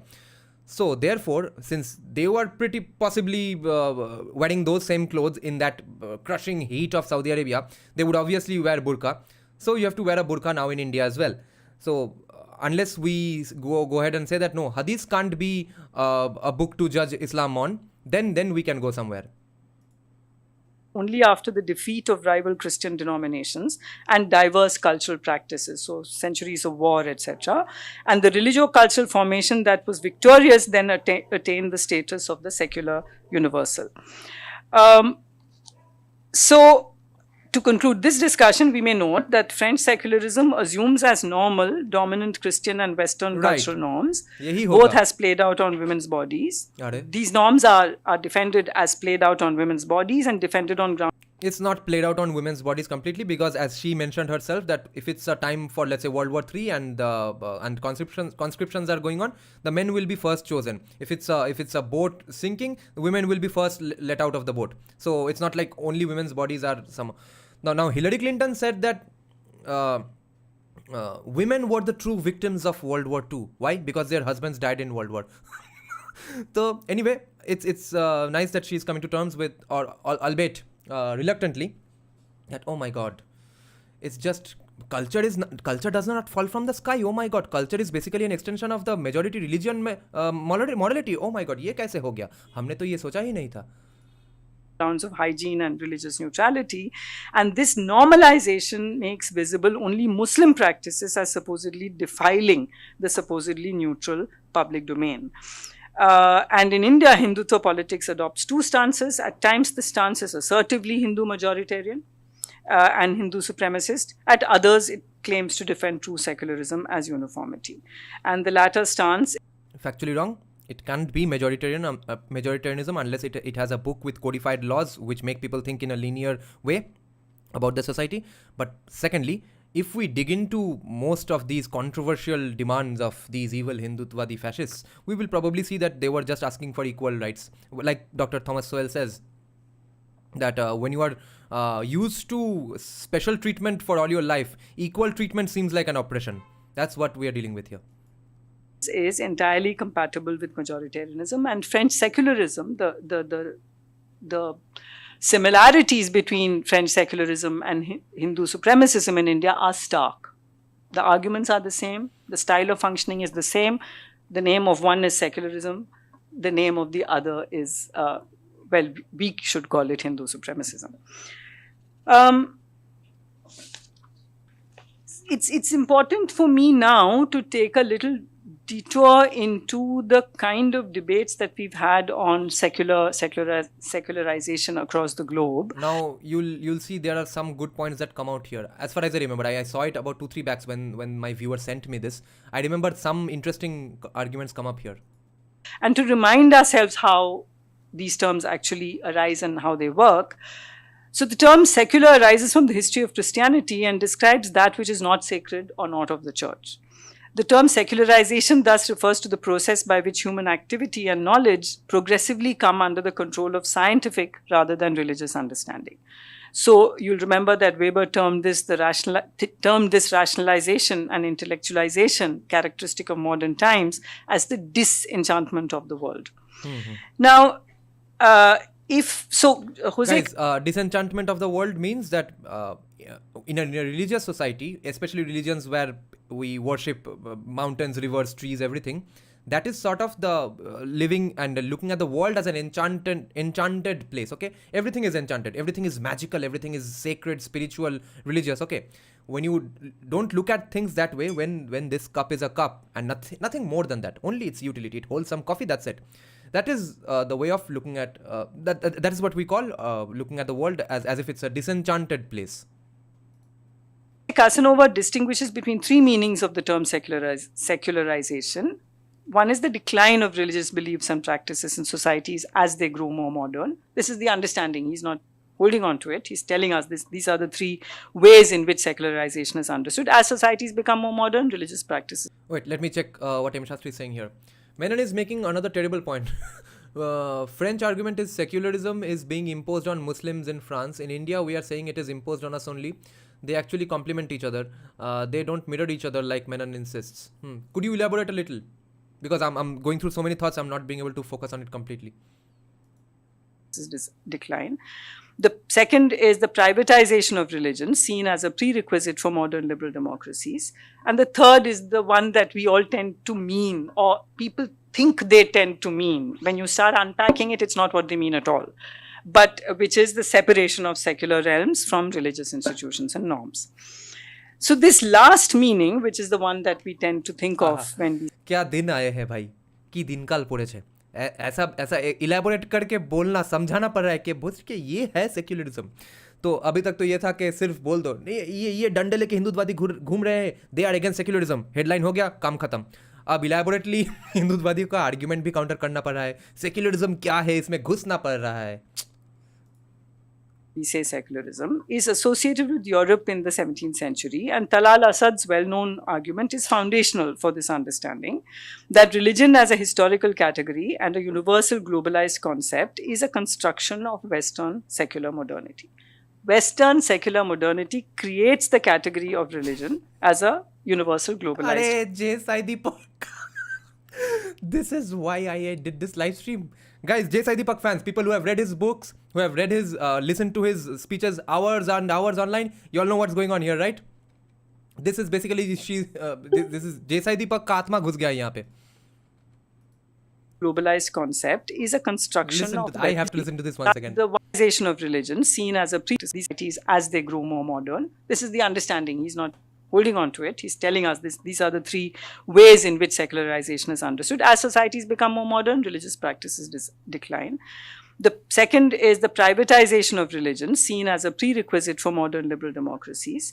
And the third is the one that we all tend to mean, or people think they tend to mean. When you start unpacking it, it's not what they mean at all. But which is the separation of secular realms from religious institutions and norms. So this last meaning, which is the one that we tend to think of when we say secularism, is associated with Europe in the 17th century, and Talal Asad's well-known argument is foundational for this understanding that religion as a historical category and a universal globalized concept is a construction of Western secular modernity. Western secular modernity creates the category of religion as a universal globalized concept. So then if we look at the different kinds of ways... If you think about it that way, why do we even need to separate religion from culture? The only reason is to, I think, to give space to atheists like Kushal Mehra, etc., me to a certain extent, that who don't really go through the practices all their day dedicatedly, but identify that this is really our culture, whatever that means. But what culture is just a leftover or a watered down artifact that stemmed from your religion, if religion is the thing we are defining here in this exact same way. Otherwise, there is basically no difference between religion and culture. And when you think religion and culture are completely different things, and religion was made by some evil priest and culture fell from the sky, then you come to these sudden realizations, light bulb moments that, oh, France is operating on its public morality, which seems like Christian majoritarianism. Arey, kitna ajeeb baat hai. In which other societies in the global south have been, we find that there are multiple and diverse secularizations in the West, as Casanova puts it. For instance, he says that the Protestant Reformation was anti-popish but not anti-religious in the West, for its purpose was precisely to bring religion to the world and the world to religion. So separating state and religion became a particular requirement in such a society.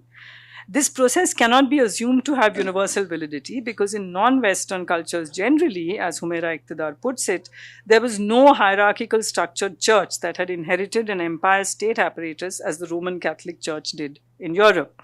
So the assumed lack of secularization within these societies is not due to some lack on their part, some stupidity on our part, on the part of the global south, some lateness, something that we missed out on. That's not the reason. Humaira Iqtidar puts it this way: they did not secularize in the way that Europe did because they did not need to. In other words, the sacred and secular were not necessarily separate spheres in the context of the political, but neither were they fused together, as in medieval Christendom. And in that sense, a certain separation between them existed already. So let me just quickly go through some of the scholarship, which, for example, talks about different parts and different forms of religious institutions in the world. You see, I don't have a word to replace the word religion yet, so I will say religion, but with this caveat that I've already pointed out. So it has been pointed out that Kautilya... Now she is also trying to get into translations for religion because she thinks now there aren't enough words to replace religion with. This caveat that I've already pointed out. So it has been pointed out that Kautilya's Arthashastra, for example, functions with a secular notion in that sense, secular in the sense of non-religious notion of statecraft. It acknowledges the Vedas as only one of the sources of law. Writers in the early Arthashastra tradition exclude the Vedas from the class of sciences on the ground that these works are a superfluity or, according to another interpretation, a hindrance in the world of men. So that tradition, the Arthashastra tradition, does not give the same place to Vedic religion in matters of kingship and rule that Christianity does to the Bible and the biblical tradition in the West. There was a mutual imbrication of religion and political power without being a fusion of the two. Islam, Muzaffar Alam has pointed out, has no church or clergy, and after the first four Khalifas, the Khilafat and Sultanate were not conjoined. Alam points out that over the Sultanate period of the 13th and 14th centuries, political power in North India was not based on Sharia law, and the actual governing practices varied a great deal. Thus, although the Sharia was one of the elements legitimizing rule, it was only a source of legitimacy, not power. The state did not impose Sharia through a centralized mechanism. In the context of Confucianism and Taoism... What is it anything other than power? This is just mental gymnastics, verbal gymnastics. Practices varied a great deal. Thus, although the Sharia was one of the elements legitimizing rule, it was only a source of legitimacy, not power. The state did not impose Sharia through a centralized mechanism. In the context of Confucianism and Taoism... What then is the role of the Barelvi and Deobandi schools? What do they do? Run NGOs? They are an NGO. What do they do? It was only a source of legitimacy, not power. The state did not impose Sharia through a centralized mechanism. In the context of Confucianism and Taoism, Casanova observes that their model of transcendence cannot be called religious in any strict sense, and they have no ecclesiastical organization. Such religion, the state did not impose Sharia through varied a source of legitimacy, not power. The state did not impose Sharia through a centralized mechanism. In the context of Confucianism and Taoism, Casanova observes that their model of transcendence cannot be called religious in any strict sense, and they have no ecclesiastical organization. Such religions have always been worldly or lay and do not need to undergo a process of secularization. So the point... Yeah, I remember this as a good point because that actually makes sense in case of Hinduism also so much. The very reason these days Hindutvadis say that we need to eliminate the word secularism from the constitution is that Secularism word, what it means, it's not even applied, and we never even needed secularism to do the things that you think comes out of the word secularism, because it was added so many years later after independence. So we don't need secularism because we don't need to even secularize, because everything you want out of secularism is already there. That is the point she's making for every religion apparently now. But if she says that happens in Hinduism as well, that will be fun. It is that if you look at different parts of the global south, the idea that secularism is a value, it's an important value. The Europe attained it in the 17th, 18th centuries, and the rest of the world is failing to achieve it, is part of that whole kind of autobiography of the European Enlightenment, in which the rest of the world is always lacking and trying to catch up, whether it is development, whether it is democracy, Yeah, and this needs to be pointed out that Kautilya never got rid of dharma while discussing statecraft, so she's false again. I don't know if she's false or lying exactly, but the spin she's putting on it is not correct at all. Because I can give you two other quotes. One is, which I keep forgetting, but you know what it means, that Vedokilo Dharma Moolam or Dharmakilo Vedomulam. Vedokilo Dharma Moolam, I think that whatever comes out of Vedas, that is Dharma. Anything that opposes Vedas is not Dharma. It is Adharma, Vidharma, or just an thing you need to avoid. So Chanakya writes that in Arthashastra as well. And secondly, Sukhasya Moolam Dharma, Dharmasya Moolam Artha. Okay. Let's analyze this quote for the 100th time in this channel once again. Happiness depends on dharma. Dharma depends on artha. Artha depends on governance. Governance depends on vinaya or indriya jaya, which is basically stoicism. And then either vinaya depends on stoicism or stoicism depends on vinaya, but that comes out of serving poor, the old, aged, vulnerable, vridhapo seva. So where is exactly Chanakya coming out with a separate, different religion that is not opposed to, that is not coming directly from Vedas? She says, yeah, and this quote might be there might be there somewhere in Arthashastra, that Vedas is just one of the many ways to look at the world, but he never rejects that supremacy. So it's like saying that, yeah, there might be other great cups of coffee all around, but I am having this cup only. Unless you reach now I imagine that some of you are thinking that, but this is what the Hindu right says. Now we'll come to that, but we cannot frame our arguments in fear that a fascist regime will use whatever argument it wants. It uses every argument that it wants. That doesn't mean that we will cease to say, because the decolonial project. Yeah, fascist regime uses arguments. Not frame our arguments in fear that a fascist regime will use whatever argument it wants. It uses every argument that it wants. That doesn't mean that we will cease to say, because the decolonial project far predates Hindutva, and we'll talk about that very briefly later. Let us discuss how decolonial arguments predate Hindutva, and why exactly is Hindutva outside the realm of decoloniality. So what we are saying is that this idea that separation of state and religion is needed is something that is very specific to Europe. And all of you have heard this even if you haven't read the book, this phrase has become very common, provincializing Europe, Deepesh Chakrabarty's. So you have to understand, we have to accept that is a particular experience of it's a particular spatio-temporal experience which has a certain meaning. This in fact also J. Sai Deepak points out that Europe's provincialism was being hoisted upon here. Different factions in Europe are fighting amongst each other in the colonized lands and the colonial population is fighting for them. Someone is fighting for the French against another Indian who is fighting for the British, etc. Give it that meaning and not assume that it has to be universalized.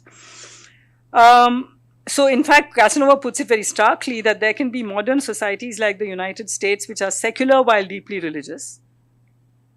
And there can be pre-modern societies like China, which from his Eurocentric religious perspective, look deeply secular and irreligious. So there's a broad range of ways in which this happens. And in the late 20th century, it came to be widely recognized. What I'm saying is not a brand new argument by any means. I'm drawing on actually decades of scholarship. Yes, the point is why you are drawing on them only now. So in the late 20th century, it came to be recognized that secularism is not a neutral descriptive term with universal applicability, but that it arises from a specific spatio-temporal context. Hindu nationalist politics in India has been pressing an understanding of secularism as uniformity, which suits a majoritarian anti-minority rights politics. Which means that the non-Hindutva position on secularism is just minoritarianism. Also pushes the idea that secularism in India has meant the separation of state and religion. So you will find various kinds of people who claim to be religious heads saying the big problem in India has been secularism and that there has been a separation of state and religion, when in fact there has never been a separation of state and religion in that sense. As I pointed out, especially after the coming of the colonial government, the state's job has been to define what is religion continuously. So there's never, and usually that definition has worked to the benefit of the majority religion and the dominant. Here she is factually wrong, but you see, now she is showing her true colors. She is basically probably going to that main point that we don't even need separation of religion and state, okay? That's not a desirable thing basically, because it apparently whatever has happened only has benefited the majority in her own mind.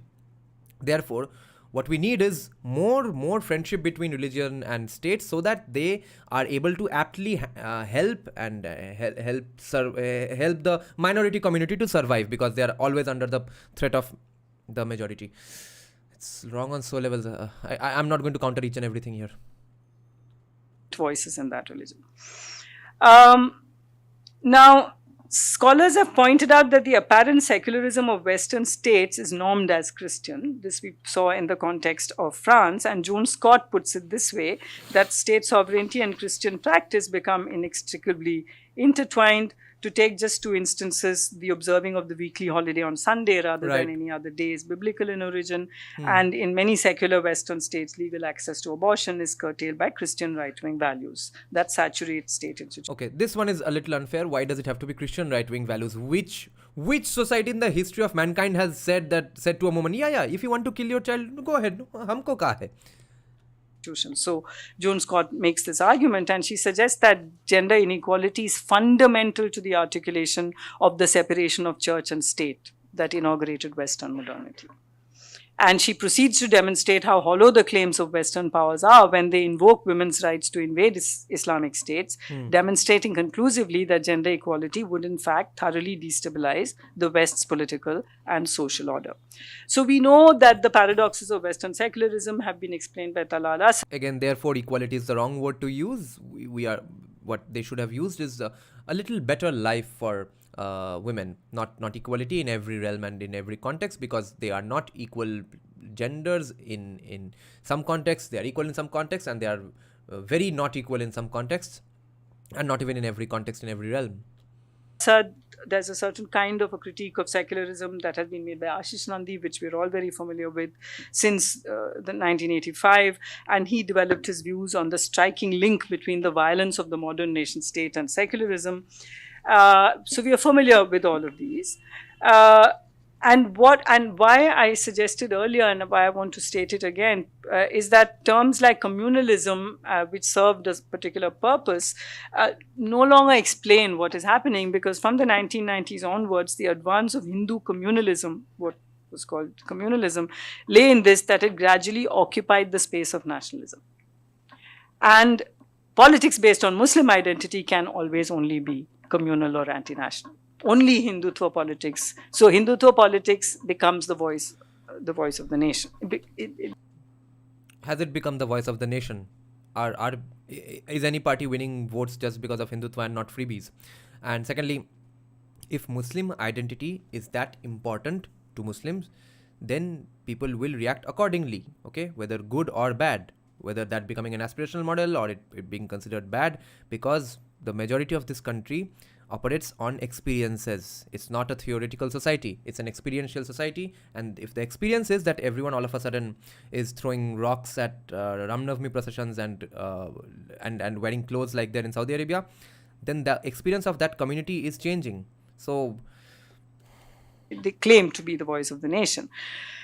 We can no longer see Hindu nationalism as something on par with community consciousness among other minorities. So we need to, I think, also We can no longer. When were they doing it in the first place? It what what a weird argument. She's saying that we can no longer consider Hindutva as just a community awareness program of sorts. It's now something much more evil. So I guess it's evil only because it's the majority again now. So all this while it was not the majority consciousness, and all this while therefore it was not dangerous. So all this while was any other communities community awareness dangerous? Oh, it probably wasn't, since it was still in the minority. अरे भाई कितना अजीब argument है. rethink ideas of religious fundamentalism, religious revivalism, which suggests a return to something, reviving of something older. But in fact, it is a process of constructing modern identities. And I'm drawing on Ashish Nandi when I say this. It is a construction of modern identities in the contemporary moment by a selective interpretation from elements within a body of knowledge identified as religion. The point to note is that that is what always happens. That is how always every identity is constructed, whichever era we are talking about. Bhai. So what was all Islamic reforms about? All reforms like Syed Ahmed Khan, Syed Ahmed Barelvi's they were all about Islamic revivalism. They were never about not reading Quran.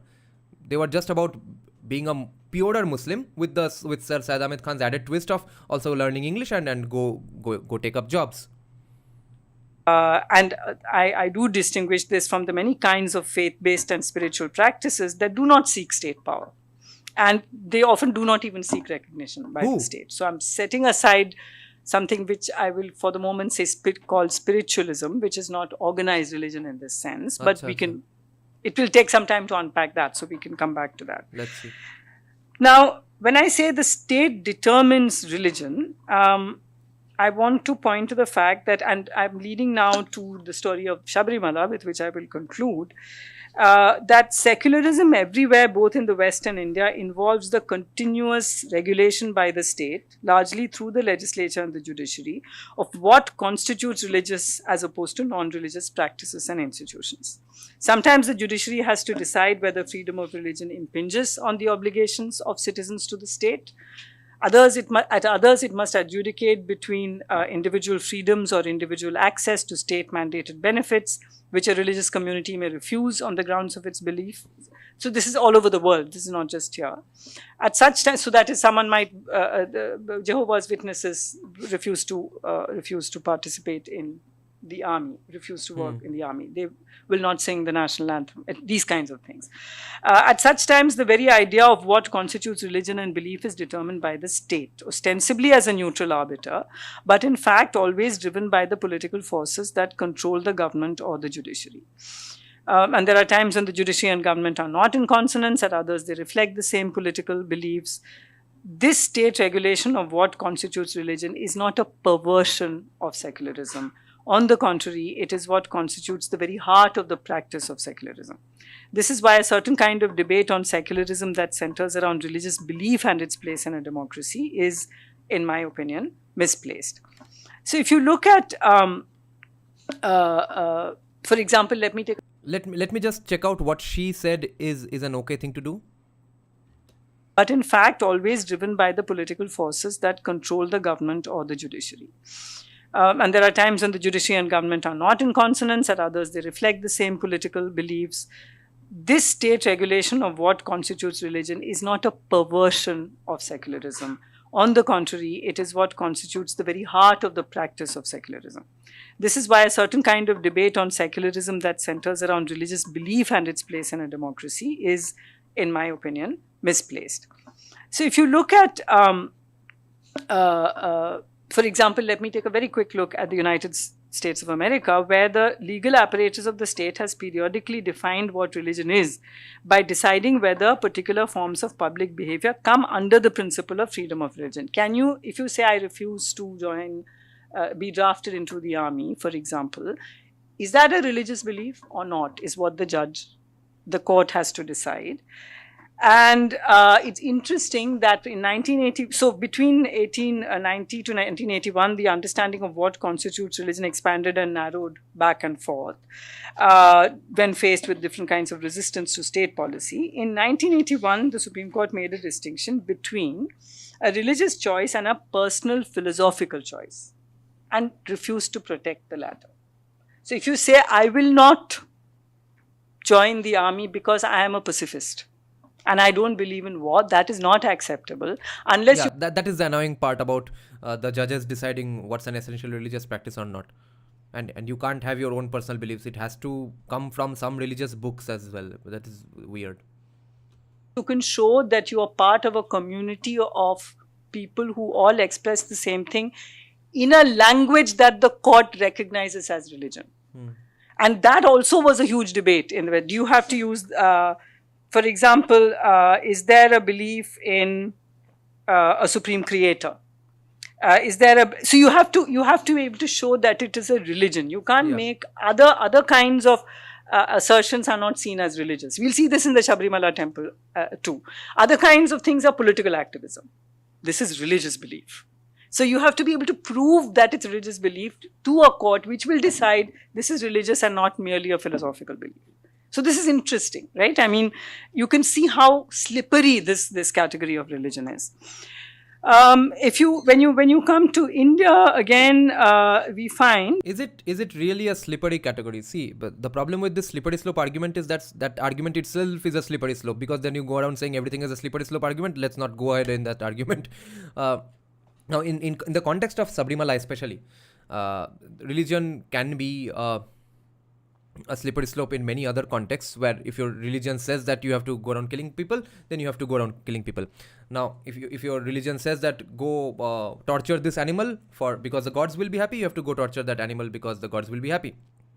There, we can bring in the argument of not harming someone else for your pleasures or your religious beliefs, of course, or public morality. Public morality is not a very good argument here, because public morality might say that yes, go torture that animal. But in Sabrimala, none of that even applies. Unless now you take the religious position that no, you are not getting the blessings of Sabrimala Ayyappa by not being allowed to enter that premises.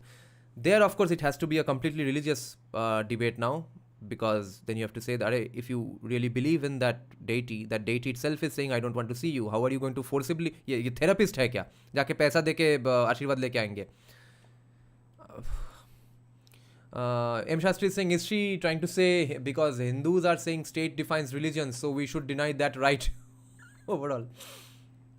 Although I have not made up my mind yet, but I do not think secularism should be taken out of the constitution due to the moral basis of the constitution. I am still 50-50 on it, because if you take out secularism, you have to basically go around teaching everyone about the history of this word secularism. There's a problem with that. That's why I say Bengali Hindu men like Vidyasagar. Okay. That translations of the word secularism in India really express very different relationship between state and religion, very different from European notions of the church-state separation. But for decades, the Indian versions were seen as simply translating the English concept of separation between state and religion in some deficient way. Somehow we don't have the proper word for it, right? So it's either dharma nirpekshata or sarva dharma samabhav. Panth nirapekshata. And it was somehow not capturing the real meaning of secularism, which is what? By now we can see. What is the real meaning of in the US, in France? What is the real meaning of secularism? There is no such thing. But somehow it's the global south which has to constantly prove that. ये तो काफी बढ़िया argument दे दिया है. What is secularism? It's not being followed anywhere anyway, which is also a Hindutvadi decolonial argument. She's saying so only the global south goes on following their versions of secularism. Interesting. She suddenly took a wrong turn, or a right turn. We can see what is the real meaning of in the US, in France. What is the real meaning of secularism? There is no such thing. But somehow it's the global south which has to constantly prove that it is doing this job properly. Finally, her post-colonial anti-West credentials are showing some light. Abhay is saying state cannot define religion, but it can be but it can ban a religious practice if it is against basic or constitutional rights of a citizen. But constitutional rights of a citizen include following your religion, so there will always be a debate in terms of that. This was despite the fact that the Indian versions are actually closer to traditions in the Indian subcontinent, where multiple religious and cultural communities have coexisted despite long histories of violence. It is not my claim that we've all... लो भाई इसका घर वापसी हो गया क्या? Now Professor Menon giving verbatim Hindutva arguments. What is going on? It's all been touchy-feely, loving, etc. In fact, Dr. Chirangandath has used this term, I think he used the term back-to-back communalism of the communities of Kerala, which let the communities do whatever they want, but don't let our daughters marry their sons. That should not happen. So you don't necessarily respect or love one another, but you do your thing, we'll do ours. He called it back to... Yes. इससे ज़्यादा और क्या हम... अरे forcibly, how can you... tell a person that no, you have to like that person as. It's not enough that you are giving him refuge. It's not enough that you are letting him live around you. You have to like him also. क्या अजीब बात है. To back communalism. So I'm not implying, and nobody, at least any longer, is implying that there was this very beautiful golden age when all the communities lived together in love and longing. But although love and longing and illegitimate forms of love and longing have always burst out of this. That's a different matter. So multiple religious and cultural communities have coexisted despite long histories of violence, whether in mutual cooperation, ongoing tension, or by deftly managing conflict. In the Indian subcontinent, no philosophical tradition, Hindu, Buddhist, Islamic, Sikh, etc., has seen the state as entirely separate from religion. But as we saw, they've never been fused either, state and religion. This is the reason why the term secularism was not in the original preamble. So if the current government suddenly produces the so-called original preamble without the term secular on the 26th of January this year, it doesn't mean anything. It means it did not need to be said. Because what... Yes, exactly. Okay, Shastri Singh, I think Menon is taking criticism too hard. Western scholars have recently been saying Indian scholarship excludes studies that give Hindutva ideological cover. So she's forced to admit the Hindutva arguments. The so-called original preamble without the term secular on the 26th of January this year, it doesn't mean anything. It means it did not need to be said. Because what Dr. Ambedkar said was... Then the bigger question is, why did it need to be said in 72 or 76 when it was included in the constitution? What changed in those 40 years, by 30 years? अचानक include करना क्यों पड़ा? Unless you were using that as a brownie point to prove to anyone who believed in the idea of secularism that अरे भाई अभी तक हम secular नहीं थे, अभी हम सेक्युलर है, वो क्यों करना पड़ा? उसके पीछे क्या intentions था? And what was that intention? Anything other than evil intentions and sucking up to someone? Was that the constitution already reflected in its entirety the values of secularism, which he interpreted as non-discrimination on grounds of religion, equal rights and status to all citizens. The term secularism is misleading because it comes from a different philosophical context. It has a different meaning. We don't need to use that term. We will say sarvadharm samabhav. We'll say unity in diversity. There's also a phrase I'm now forgetting it. It's unity and diversity in, I think, Arabic or Persian. What is it? No. So these are all, when you hear it, I just can't remember it at this moment. When you hear it, you will know.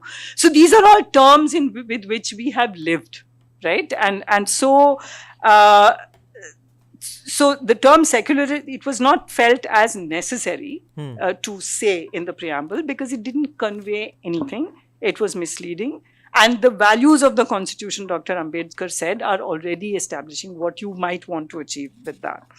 And as you know, the term was inserted 26 years later through a constitutional amendment at a time when democracy was at a standstill during the emergency. Democracy standstill पे था, इसलिए secularism घुसाना पड़ा. अरे अजीब बात है. मतलब अपने कुत्ते को फीवर हुआ, बिल्ली को मेडिसिन खिलवा दिया. Yeah, in Arabic there might be some phrase because pre-Islamic Arabic was there. It was pretty happy with idol worship as well. Meera Tripathi is saying communism influence in Bengal resulted in generation being born with inherent comradegiri. Do you think Hindutva will result in a generation of people born with inherent pride? Um, your criticism is accurate, a little incomplete. Commies are proud of just being Bengali because of Satyajit Ray, etc. But they are not proud of everything else. So you have to be specific that next generation of Hindutvadi Bengalis will probably be born and raised with the pride of our epics, our cultural achievements, Arthashastra, Chanakya, Shivaji Maharaj, everything. And that will be drastically different, and that will be drastically better for societies and kids' mental health as well. That is my prediction. So I've been making the argument in different ways that the interpenetration of state, religion, and religious community-based politics is very intimate and driven by political compulsions and ideologies. And you see these tensions in the Indian constitution. And I think I almost never use the word tension in a negative sense. It's a productive tension, where, for example, it prescribes caste discrimination and ensures temple entry, for example, while simultaneously protecting the right to freedom of religion. No, Satyajit Ray was a Brahmo Samaji. Every Bengali elite that you've heard the name of in 19th and 20th century, pretty much all of them were in the Brahmo Samaj ideology. But his positions today would be very, very commie-like. As you see, people in my viewership criticize me heavily when I post Rupam Islam's quotes. But he was a basically very enlightened, atheistic Muslim singer-songwriter. He is, of course, he is the one who ushered in the era of rock music in West Bengal. His mother is Christian. His father is Muslim. He is Bengali. He is a hardcore atheist. He has written song after song on atheism. But his positions are that of a commie, because now the Renaissance era, Enlightenment era, atheist thinkers are also thinking that because of the ecosystem they live in, it's all about Hindu fascism everywhere. So his positions are anti-Hindutva, but therefore we need to basically look at what is anti-Hindutva commies, what are anti-Hindutva commies saying, and what are anti-Hindutva Enlightenment era atheists saying. Commies are also atheists, but there is a difference. Rupam Islam is also against communism. So we need to get to those as well. This second aspect of the state's self-perceived function, intervening in religious communities to bring about equality, is not associated with secularism in the classical sense at all, because their religious is precisely the opposite of secular. So I want to now, so I'm saying that they're imbricated. This is not some kind of contradiction. That is the way in which secularism functions. And I'll conclude by asking this question: can Bharat Mata enter the Sabarimala temple? Now, for Hindu supremacism, while Muslim women are to be free... What did they edit out? Did they fear some controversy? Yeah, as Dr. Shah says, replace secular with dharmic. Yeah, for that you will have to first go around explaining to people what is secular and what is dharmic. Satyajit Ray and Ghatak made movies showing poverty and all, but they did not get the simple fact that this poverty is a result of socialist policies. Yes, never do they understand. Even today they don't understand. Today they think Bollywood is sidelining Bengali music in Bengal because Bollywood is inherently evil. Bengalis are stupid. Bengalis don't stand by their own music. From the veil, Hindu women are to be carefully controlled so that they do not marry Muslims, convert, expand the population of Muslims in India. Hence the bogey of love. Rohan, if Rupam Islam is a commie, why did he become the only Bengali musician to criticize Stalin in front of 5,000 people in a live show where probably 4,999 people in that show were commies? Everyone except me. Jihad, it's not even funny anymore because specifically they say it and people are killed on this basis. The supposed campaign of Muslim men to seduce Hindu women is called love jihad, and the violent policing by vigilante groups of relationships between Hindu women and Muslim men is well known. Now, the Sabarimala temple story encapsulates the two themes of my lecture in the best possible way: the manner in which what is termed religion is expected to be determined by the state, in this case represented by the court, and how the truth of religion is assumed to be discovered etched on the bodies of women. This is what we have found throughout. What is religion will be determined by the court, and the court will find it on the bodies of women. In 2018, the Supreme Court, by a 4-1 decision, declared the ban on women's entry into the Sabrimala temple as unconstitutional. Even after this order, women who attempted the arduous trek up to the temple were physically attacked by men. And finally, only 2 women, a Nair and a Dalit, performed the pilgrimage under police escort.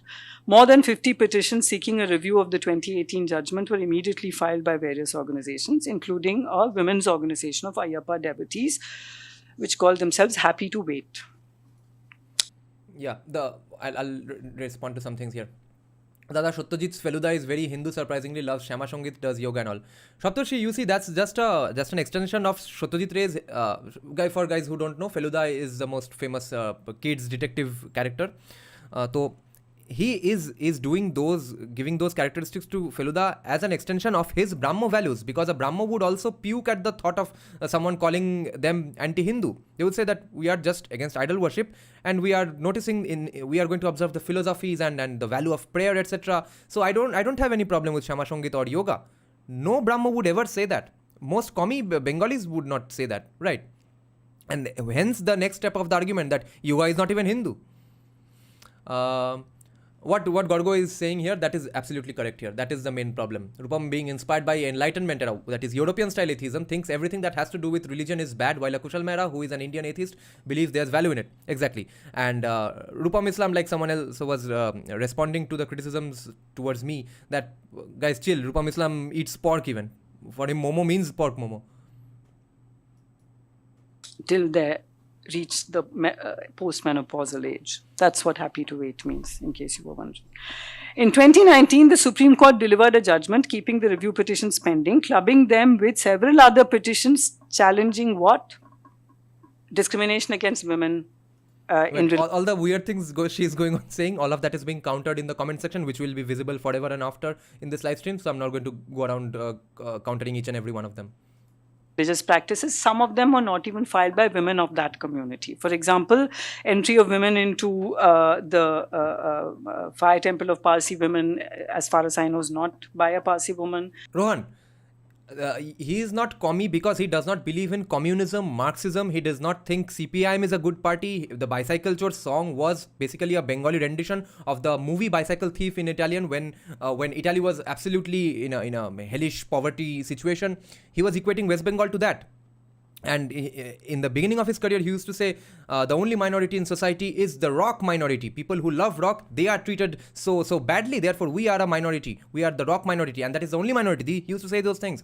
Then few years later, he said, even education is a minority. Why we can't even talk about rock music fans being a minority. So that's where he comes from. Now, the positions of the anti-Hindutva people are all same in policy-wise. Therefore, you are seeing only commie positions from him. But let commies come to power, you will see him as anti-establishment as today. Haji Ali, I think there was some petition on Haji Ali. There's female genital mutilation among Dawoodi Bohras. All these have been entry of Muslim women into mosques. All these have been set aside as a bunch of petitions to be heard. So that's going on. Meanwhile, the court ordered that its judgment permitting entry of women into the Sabarimala temple should stand. But in 2020, the temple board, which administers the temple, declared once again on its portal that all women below 50 years of age would be denied entry, adding this to COVID-linked restrictions. So this is blatant contempt of court, but it has not been challenged by the Kerala government or by anybody else. Now, what is interesting is the dissenting judgment. I'll just take 5 more minutes.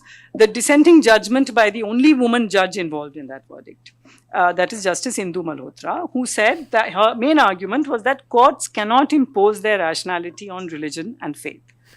But it sounds perfectly legitimate. Courts cannot impose their rationality on faith. It's what people believe. But the Supreme Court judgment was not, in fact, looking at faith at all. What was in the Supreme Court? In the Supreme Court was an earlier Kerala High Court judgment of 1991 that was being challenged. It's like an onion. You keep peeling it, it's courts all the way down, right? So the Kerala High Court judgment of 1991, which in 1991, on a petition by a 24-year-old man, Mahindran, who was appalled by the sight of a young woman trekking up to the shrine. So Mahendran went to Kerala High Court, and the Kerala High Court directed the Sabarimala Temple Trust to prohibit the entry of women of menstruating age, that is between 10 and 50, into the temple. So it was the High Court that banned the entry of women, that is law, and told the legislature, that is the Kerala government, to use the police to enforce the order to ban the entry of women into temples. Specifically, Kerala High Court said use the police. Yeah, Shaptarshi, that is correct here. The court was looking at religion only, and the dissenting judge says that you don't have to decide on religion here. Police to ban the entry of women. I'm not sure why Justice Malhotra felt there was any faith involved here. And it was an appeal against this judgment that the Supreme Court was hearing. Now, why was the Kerala High Court judgment necessary in 1991? Why did the Kerala High Court have to say stop entry of women at all costs? Because many women were in fact performing the pilgrimage to Sabarimala, and it's only around 1970s, according to scholars of Kerala, that a strict ban is sought to be imposed, because women were going there. They were going for the first food of children event, the ceremony in which children are fed choruna, fed food for the first time, etc. So it's only around the 1970s that the ban on women entering the Sabarimala temple emerges with the gradual Brahminization of what was most probably in ancient times a Buddhist shrine, and prior to that a Dravidian or Adivasi shrine to a forest god, because Ayyappan is a very, very mysterious idol with many mysterious origin stories. Oh my god, she has brought out her trump card that it was a Buddhist shrine. So let's say it was. Oh, like I have a big problem with this term in Bengali called Loko Devota, Gram Devota. As if there's some other kind of Devota who is not worshipped by the Lok or the Grama around them.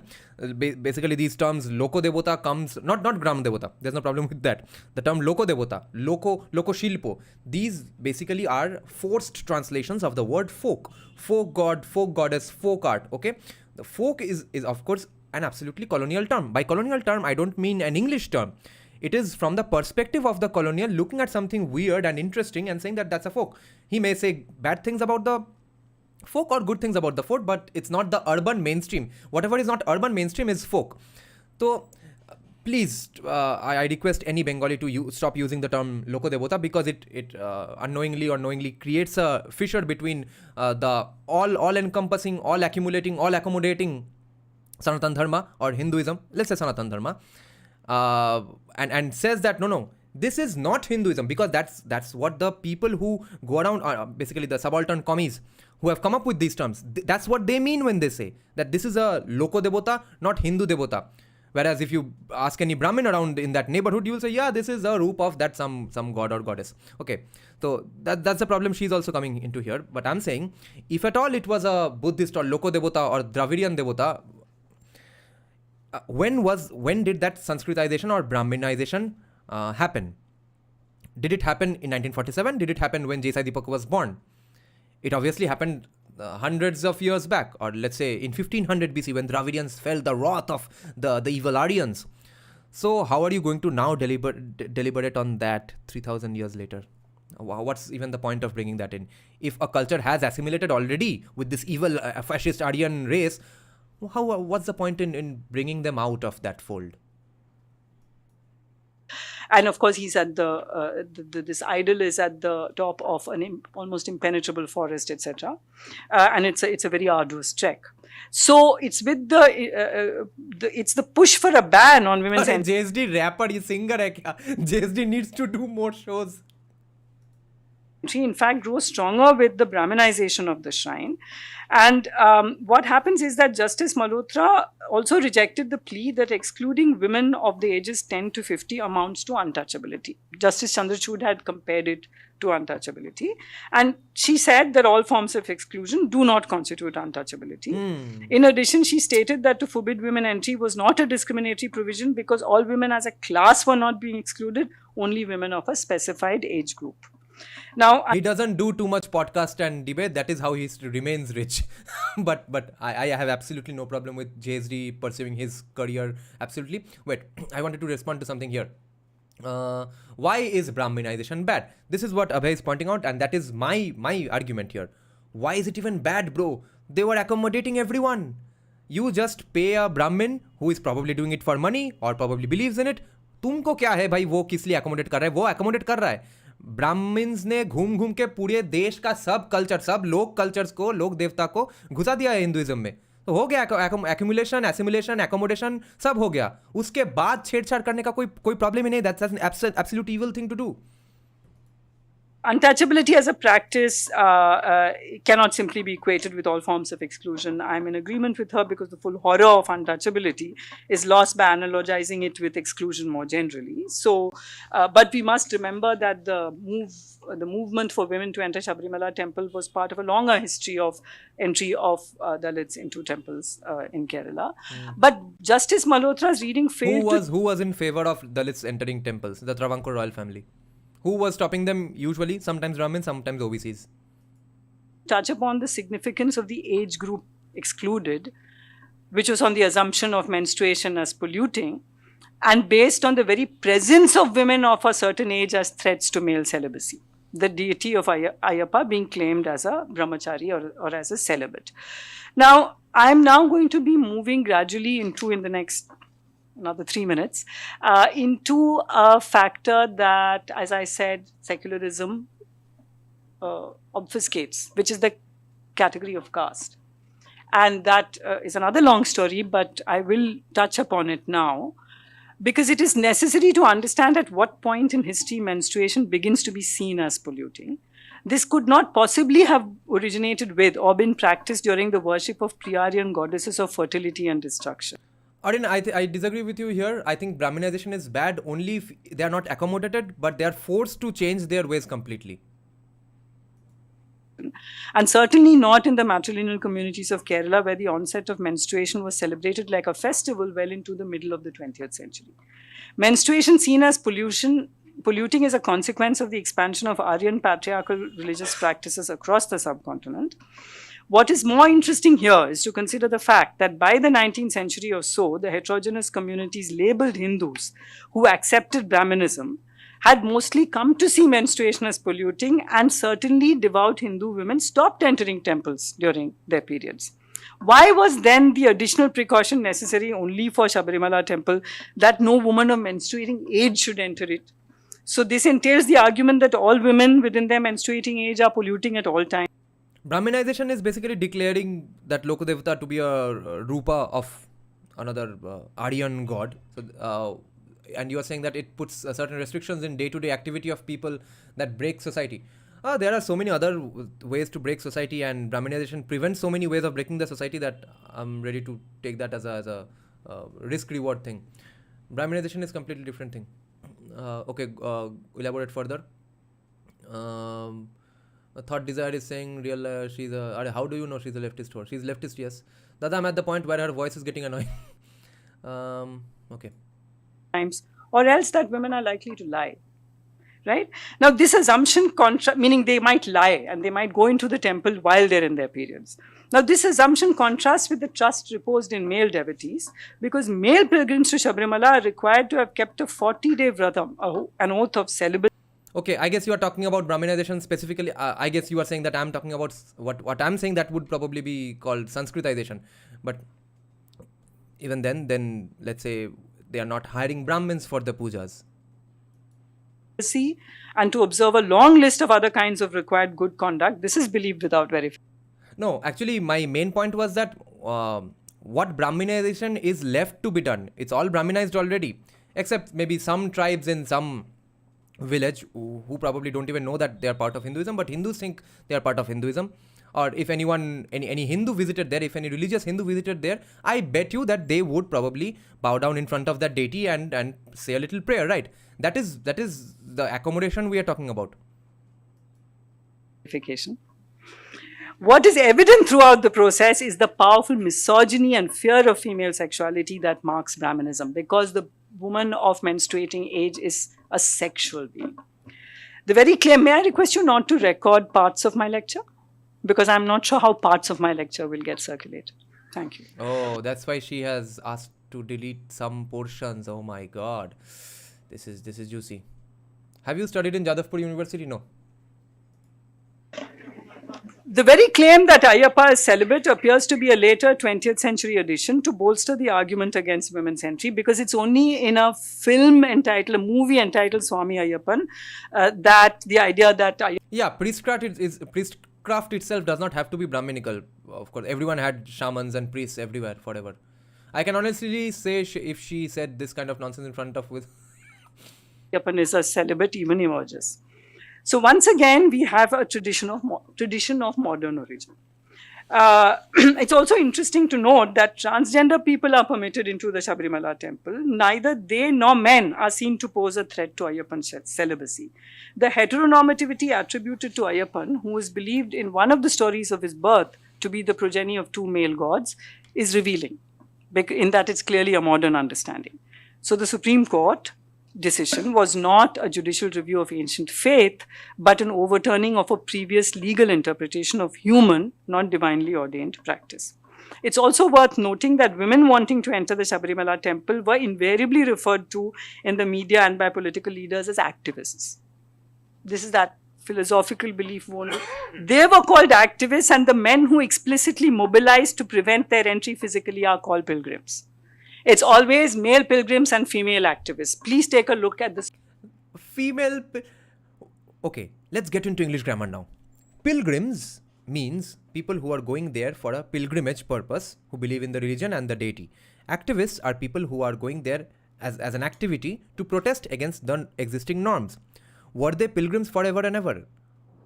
When did the pilgrims stop becoming activists or start becoming activists? When did this transition happen? Why are those activists pilgrims? How? One fine morning they decided that, okay, from today I believe in this deity, and from today I reject all the beliefs of the deity itself. So let's go there.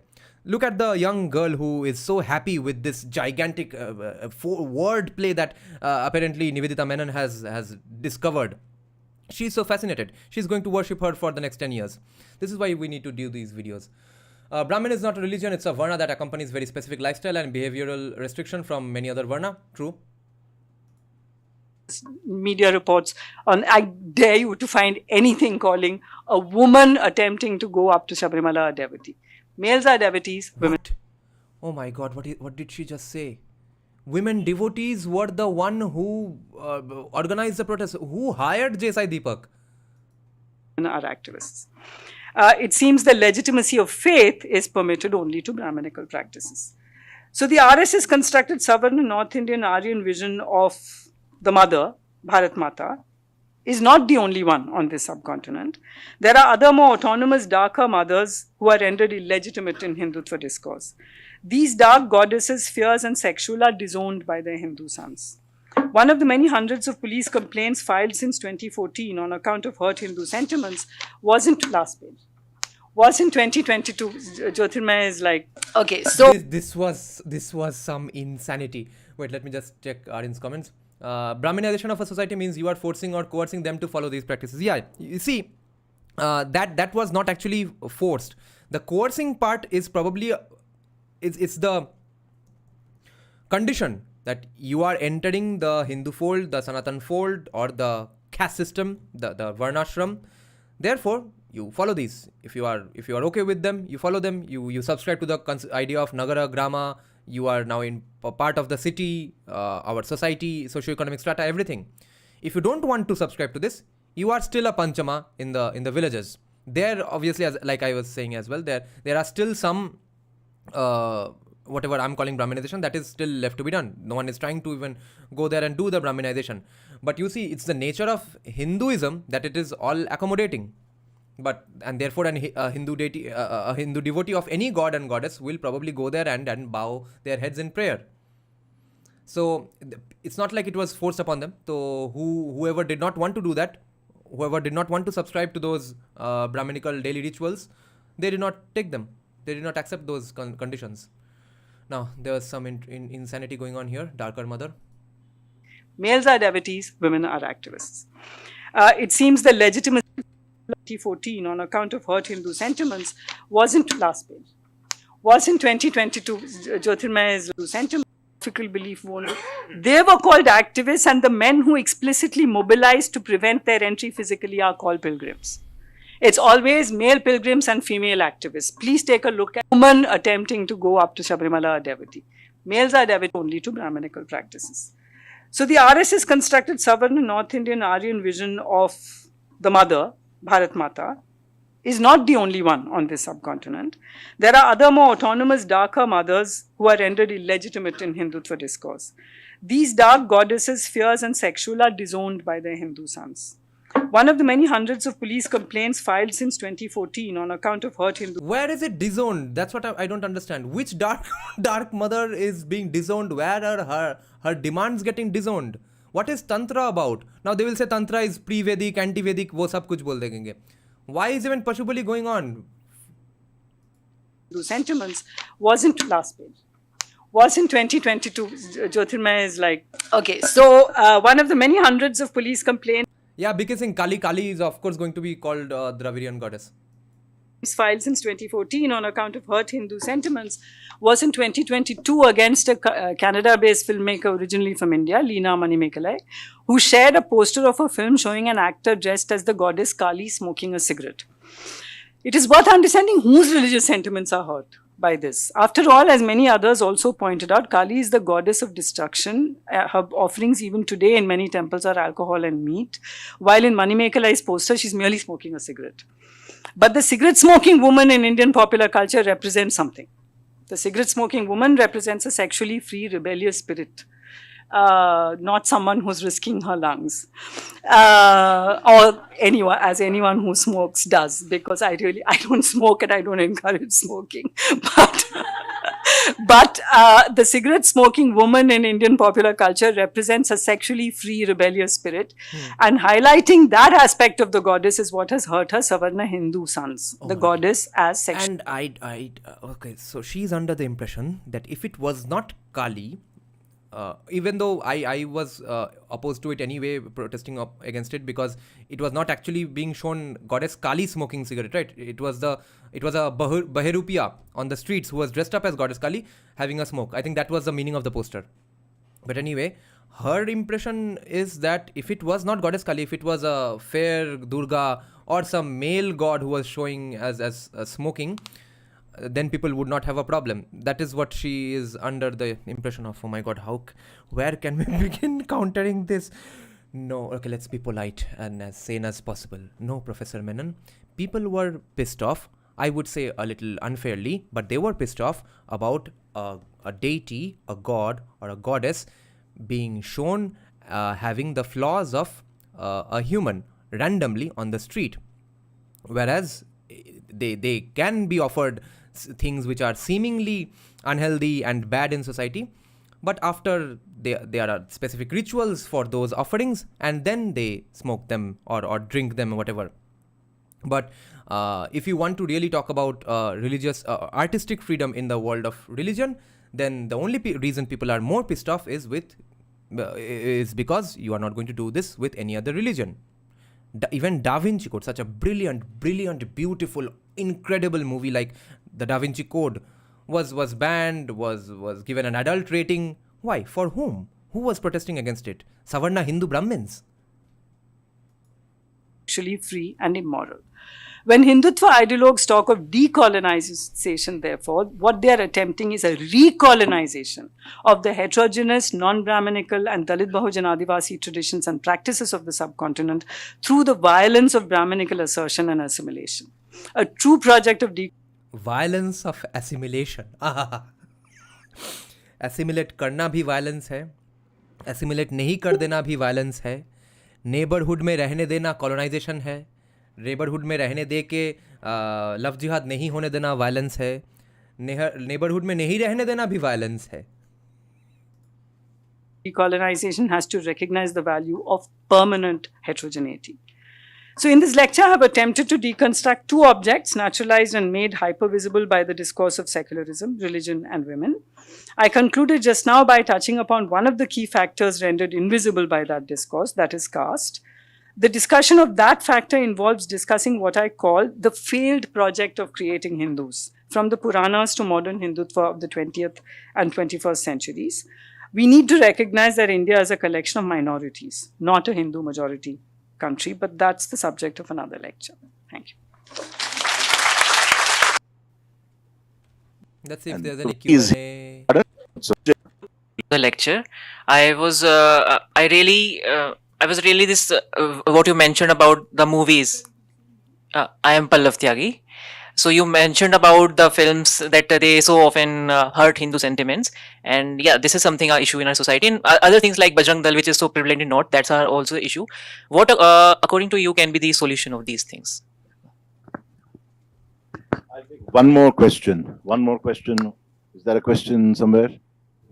A lady there. Jiang, keep going to your left. Don't fall off though. Your question. Yeah, thank you, ma'am, for that lecture. Kahini. So, as you mentioned, that there is a one side of feminists who say that it's the individual choice whether She is Bengali. Her name is Kahini. I had a school junior called Kahini. one side of feminists who say that it's the individual choice whether to wear hijab or not, whether to adopt a veil or not, and we do not have a say in that.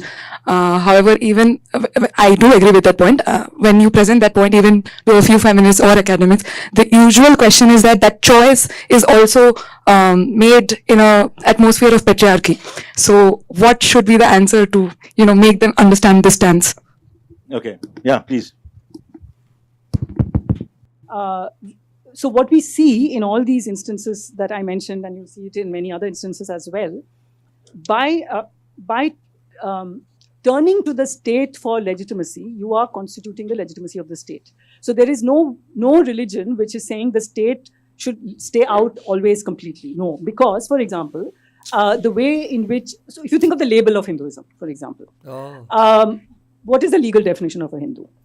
All those who are not, this is the legal definition in the Hindu code bills, in the acts, all those who are not Muslim, Christian, Parsi or Jewish, which means that by leaving this broad scope, the idea that this is a Hindu majority country is something that secular discourse has also accepted. Periodically, there are groups which say we are not Hindu because we left Hinduism. Sikhism says we left. Lingayats say in the 12th century, our sage Basavanna left. It's not a coincidence that Gauri Lankesh and Kalburgi were also Lingayats, and they were assassinated.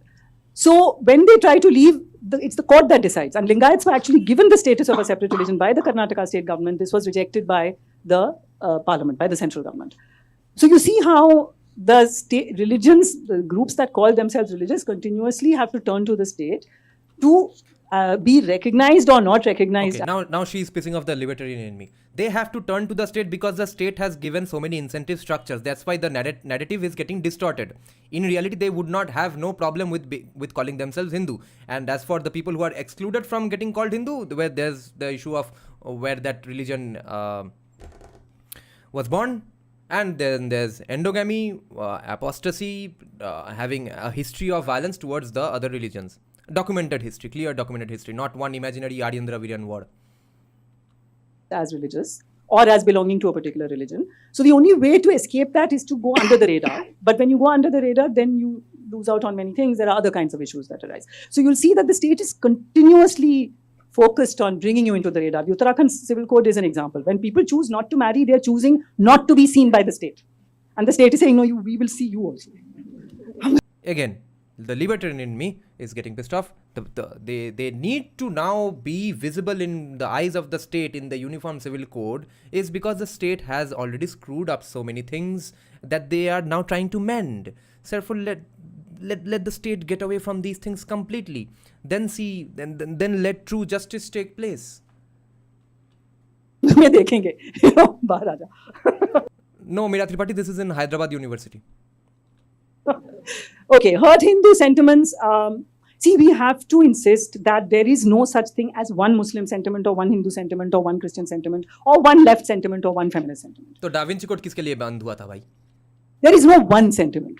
These are AIB के against FIR किसने किया था? all extremely contested and debated spaces. So when someone says... Fair enough. See, again, this is shape-shifting of arguments. Now she is all a libertarian all of a sudden. Now she is a libertarian. that the image of an actor who played the role of Kali smoking hurts my sentiments. It may hurt your sentiments, but there are people who are these are non-Brahminical goddesses who don't have husbands, they have not been spousified, they don't have children, they are fierce, they are non-Brahminical, they are pre-Brahminical, and they may do anything. Oh, pre-Brahminical, so casually bol diya. Oh my God, what religious text has she read? Oh my God, let her sit in front of Rajarshi Nandi. So it may be the case, but I don't know how she knows it or why she thinks she knows it. Okay, and now her case is that Goddess Kali is a liberated single woman. She has not spousified. What the fuck? And the people who worship those goddesses, their sentiments are not hurt. And they have to be Who told you their sentiments are not hurt? called Hindu because they need a Muslim Christian party. So who are the Hindus you're talking about? Right? So we have to insist continuously. I think our two values that we have to insist on. Insist continuously. I will go on making more money from my YouTube live streams by reacting to that nonsense. Our democracy and heterogeneity, the value of heterogeneity. I think, Yes. So when, for example, I read Hindus allowed to worship in the basement at Gyanrapi Mosque, it's the Vishwa Hindu Parishad that has been allowed to do it, not Hindus. Who went there? How many Hindus went there saying we have to worship in that very space? It was a... Okay, interesting. How many Hindus? Now she is saying the Hindus aren't even awakened enough in their causes. Hindus aren't aware enough, which is also what VHP RSS has said, that they have tried to organize this Hindu religion and said that अरे भाई तुमसे तुम्हारा पूजा का जगह तो गड्ढे में चला गया, उसको चलो लेते हैं वापस. And people got convinced. They remember that, yeah, maybe I need not be that fearful. Only reason I'm not going there to worship is because I'm afraid. I don't need to be afraid anymore. VHP was liberating Hindus. But how many Hindus? Yeah, how many Hindus का अगर question आए तो is she calling for a time when how many Hindus will actually be answered? Now let's say how many Hindus attended the Ram Mandir, okay? We can't now equate everything with the hardest working of one group with the non-hardest working of the one group, or the most courageous of one group, and compare them equally as if on the same footing with the not so courageous of that same group. We would consider Ram Mandir just a VHP project as well if it was not being flocked by millions every day. She stands absolutely, it's proven that she is wrong by the footfall of Ram Mandir. All those people who are today going to Ram Mandir, they also would have wanted to go to Ram Mandir. They were just not courageous enough. That's all. So courage, and everyone is fearful of doing something or the other, okay? You can't question a person's beliefs on the anvils of courage or fear, okay? Or maybe you are such a purist now. Maybe she is being so Brahminical here by saying that if you really care about your deity in Ram Mandir or Gyanvapi, shouldn't you go there and destroy the mosque? Is that what she's saying then? Or the other argument has to be that yes, no, actually everyone wants to go there and worship. They just don't want to go there and face the consequences. What a crazy argument. Particular political organization. Name the organization.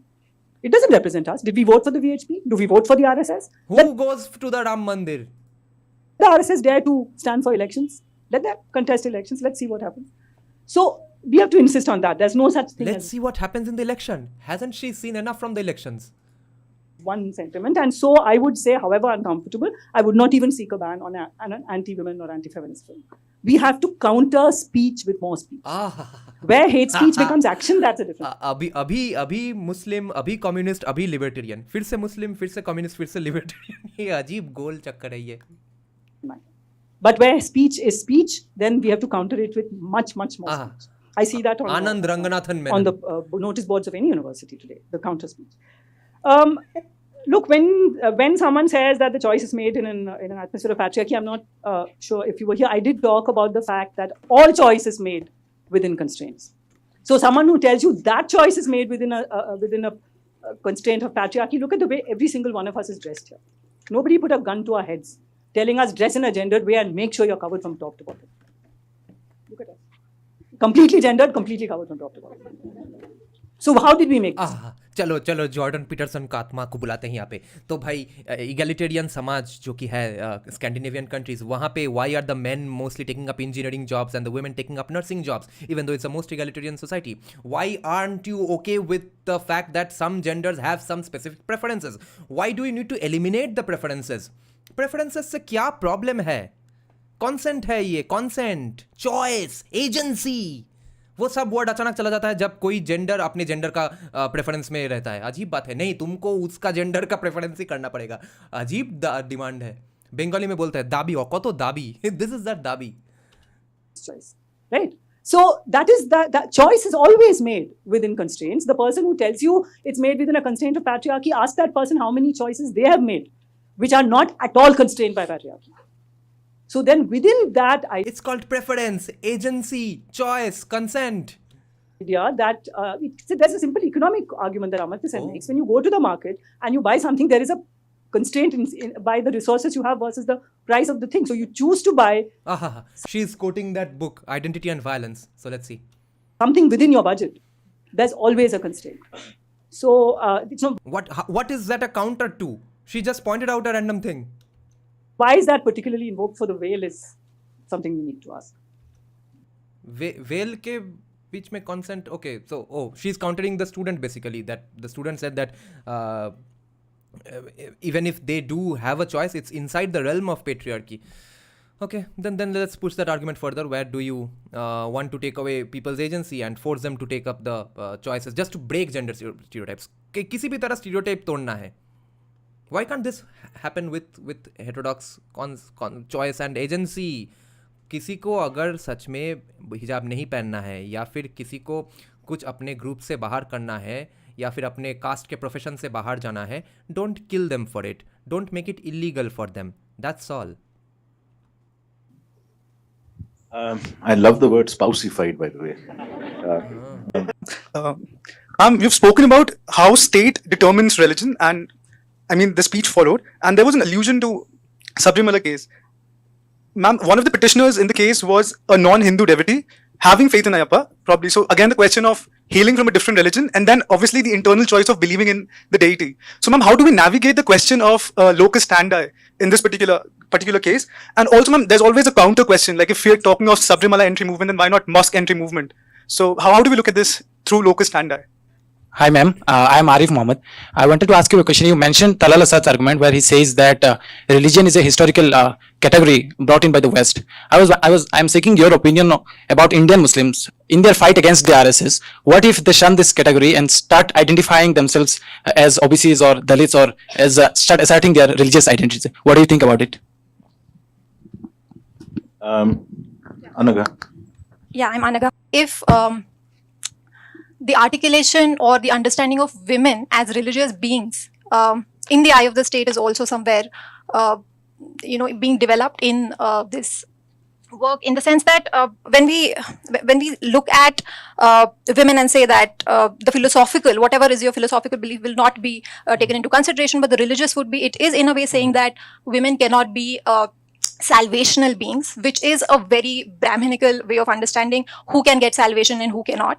But then the argument that you can go. Salvation is Brahminical. भाई ये कोई metal head lyricist को भेजो भाई. Metal head lyricists are all the time in every song they use the word salvation, like every Bollywood song has the word piya sanam, hamra hi हम जान, etc. हम सफर.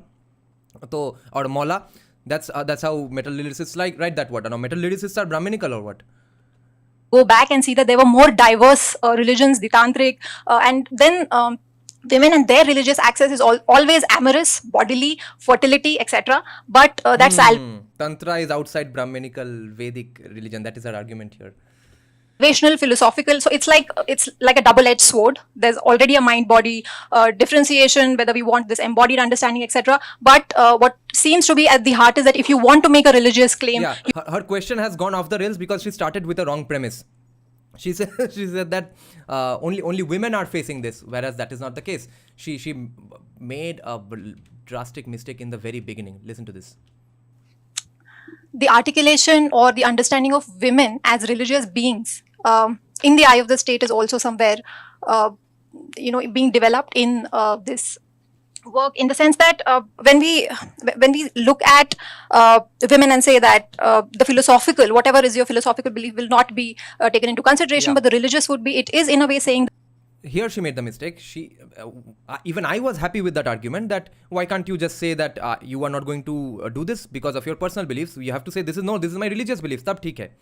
So, like if you're a Hindu religious vegetarian, none of your meat-eating friends go on telling you that no, have one. But if you're a vegan, you have to explain to them the entire history of animal cruelty. So, she brought that entire argument in the realm of gender. तो इसलिए खाई में गिर गई है. अब घूम रही है कैसे खाई से निकल के एक अच्छा आर्ग्यूमेंट निकाले.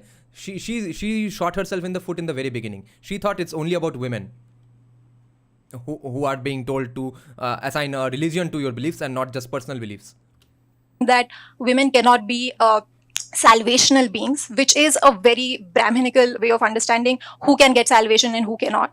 But then the argument that, you can go back and see that there were more diverse religions, the Tantric, and then women and their religious access is always amorous, bodily, fertility, etc. But that's salvational, philosophical. So it's like a double-edged sword. There's already a mind-body differentiation, whether we want this embodied understanding, etc. But what seems to be at the heart is that if you want to make a religious claim, you have to establish yourself as a salvational being. I was wondering if that is also at the heart of the problem. Siddharth, see, what you have articulated is precisely the way in which religion and state are functioning today, where you are also sucked into that discourse. How do we determine locus standi, you said? Now, if religion is about... So she's now responding to that question of mosque entry, okay? Now she is saying that, see, you are a victim of this Hindutva discourse. Faith. Who are you or I to determine locus standi of a faith which includes the Ayyappa temple? So not just Hinduism in that broad category, which I don't believe actually exists except as a legal category. This idea that... she is going on shooting herself in the foot and she doesn't even know it. She's a poet, she doesn't even know it. So if Hindu is nothing but a legal category, why is religious majoritarianism even a threat? Hindu नाम का तो कोई है ही नहीं. किसी को जाना नहीं था राम मंदिर, किसी को राइट भी नहीं करना है, किसी को जेनोसाइड भी नहीं करना है, तो माइनॉरिटी राइट्स हटा दो. अरे भाई majority, she is saying there is no majority, only in a legal way. In the religious way there is no majority. Then what's the point of a minority? What is she saying? Someone who's not of that religion wants to climb Sabrimala is not... Who determines locus standi? Is it going to be the temple trust? The temple trust, how is it appointed? Are they elected by all the devotees of Sabrimala? Do all those who believe in Ayyappa sit down and decide who will be the temple trust? Does the temple trust approach the court? Does the person... What is going on here? You understand? The moment you use a term locus standi, you have stepped into a domain in which the state and religion are co-constituting each other. The religion is asking the state to determine its own rights, and the state is telling religion, this is religion, and the other thing is not. But because if you take the ordinary devotee, the ordinary everyday devotee who believes in Ayyappa, believes in, let's say, even who calls herself a Hindu. Let me start with that. Does the ordinary believing person who calls herself a Hindu care whether the Lingayats say they're Hindus or not? If she's not herself a Lingayat, how does it matter to her? She has a relationship with her God.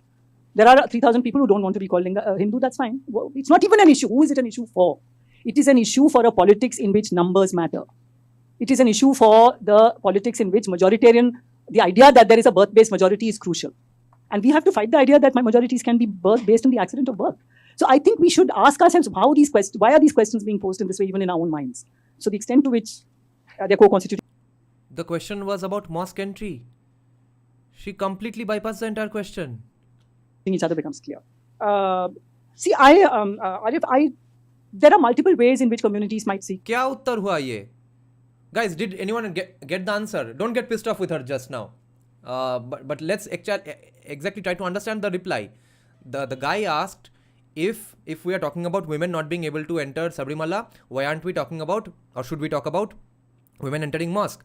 She said it's not a matter of locus standi, and who does it matter to? It matters to a majoritarian religious politics. So is she saying that in the case of Islam as well, that it's just the politics that is preventing Muslim women from entering mosques? To assert themselves against any kind of authoritarianism. And now the next question. That becomes clear. Well, if we are going to ever quote Nivedita Menon, we are going to quote this as a response to this. Okay, that she is saying as a response to Muslim women being led to enter mosques. She is of the opinion that it's only just majoritarian religious or gender-based politics inside Islam which is preventing Muslim women for entering. See, Arif, there are multiple ways in which communities might seek to assert themselves against any kind of authoritarianism. And one kind of response could be what you're saying, that we will assert ourselves in terms of our caste. Another kind of assertion could be if you stigmatize us. Okay.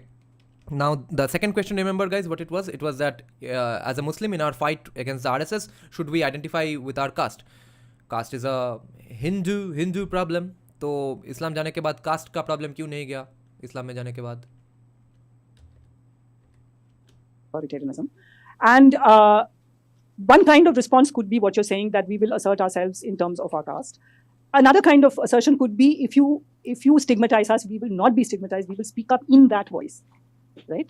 That can also be a kind of assertion. So I wouldn't want to arrive at, not only because I'm not Muslim, but I don't think any of us should be arrived, and that is an important factor, that I'm not Muslim, so I can't say how people who call themselves Muslim should respond.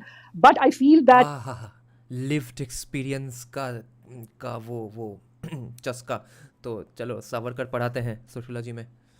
even within communities, there will be multiple ways of responding to authoritarianism. Heterogeneity and democracy. If we say these are the two values, then there might be groups which assert their caste, and the same group might assert their caste in one context and their religious community identity in one context. And it could be argued that if Hindu supremacism is using a religious category, sidestepping it may not be the answer.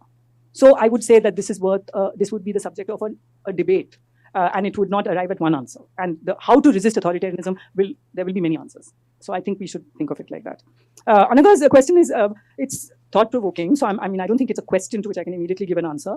But I think it seemed to me that you were possibly considering whether non-Brahminical religions in which the goddess is body, does that not kind of lose the battle, in a way, against an idea that women can be salvational beings? And again, I would say that from your point of view or my point of view, perhaps, because we as feminists may be uncomfortable with the idea of woman as pure body, but these are beliefs which are not about women. They are beliefs about a goddess who is larger, who is something else. Now, we are not participating in Hence the problem with the cigarette. that discourse. And so we have to, so if we translate it to the terms of our discourse, yes, we could have this discussion, you and I. But women who are performing these different kinds of, women and men, who are performing different kinds of rites to these goddesses of destruction and so on, they're not considering people. It's not about humans. It's about something much larger than humans, and we can only try to understand it. And I'm not sure that women as bodies necessarily always a problem. I mean, I think it's important to also center our bodies, male, female, other gendered bodies, in the center of the discourse. I thought she was pushing the idea of non-transcendental idea of divinity and spirituality. I did see that, but I thought she was uncomfortable with the idea of the non-transcendental. And what I'm saying is that is a discomfort that might be ours as modern feminists, but not necessarily that of those who. What is non-transcendental divinity now? How can divinity be non-transcendental? I did see spiritual, not religious. But I thought she was uncomfortable with the idea of the non-transcendental. And what I'm saying is that is a discomfort that might be ours as modern feminists, but not necessarily that of those who. Oh, acha. Divine, the inner goddess in me. Are in that transcendental, in that space. Right. Okay, guys, it's 10:20. We don't have time for any more stupid questions. Okay, let's end this now. Thank you for joining. Many thanks, and we had a fun time discussing this very weird conversation. We did learn a few interesting arguments, and we learned how much they are in the back foot. They are basically having to accommodate or listen to Hindutva arguments now. I'll see you guys at 12 if my electricity and internet stays all right. I'm coming back at 12 only in the membership live streams. Today I'm going to start discussing Janki Bakle's book Savarkar. I have already started Savarkar's own book in the membership live streams as well. His book Hindu Rashtra Darshan, we did that at 4 p.m. So take the membership if you want to listen to those. And at 12 we are going to check out what other stuff Janki Bakle is writing. We are going to be experts on Savarkar now, basically. We're trying to be. We are going to go parallelly reading both the books on Savarkar. One by Savarkar and one on Savarkar. Okay.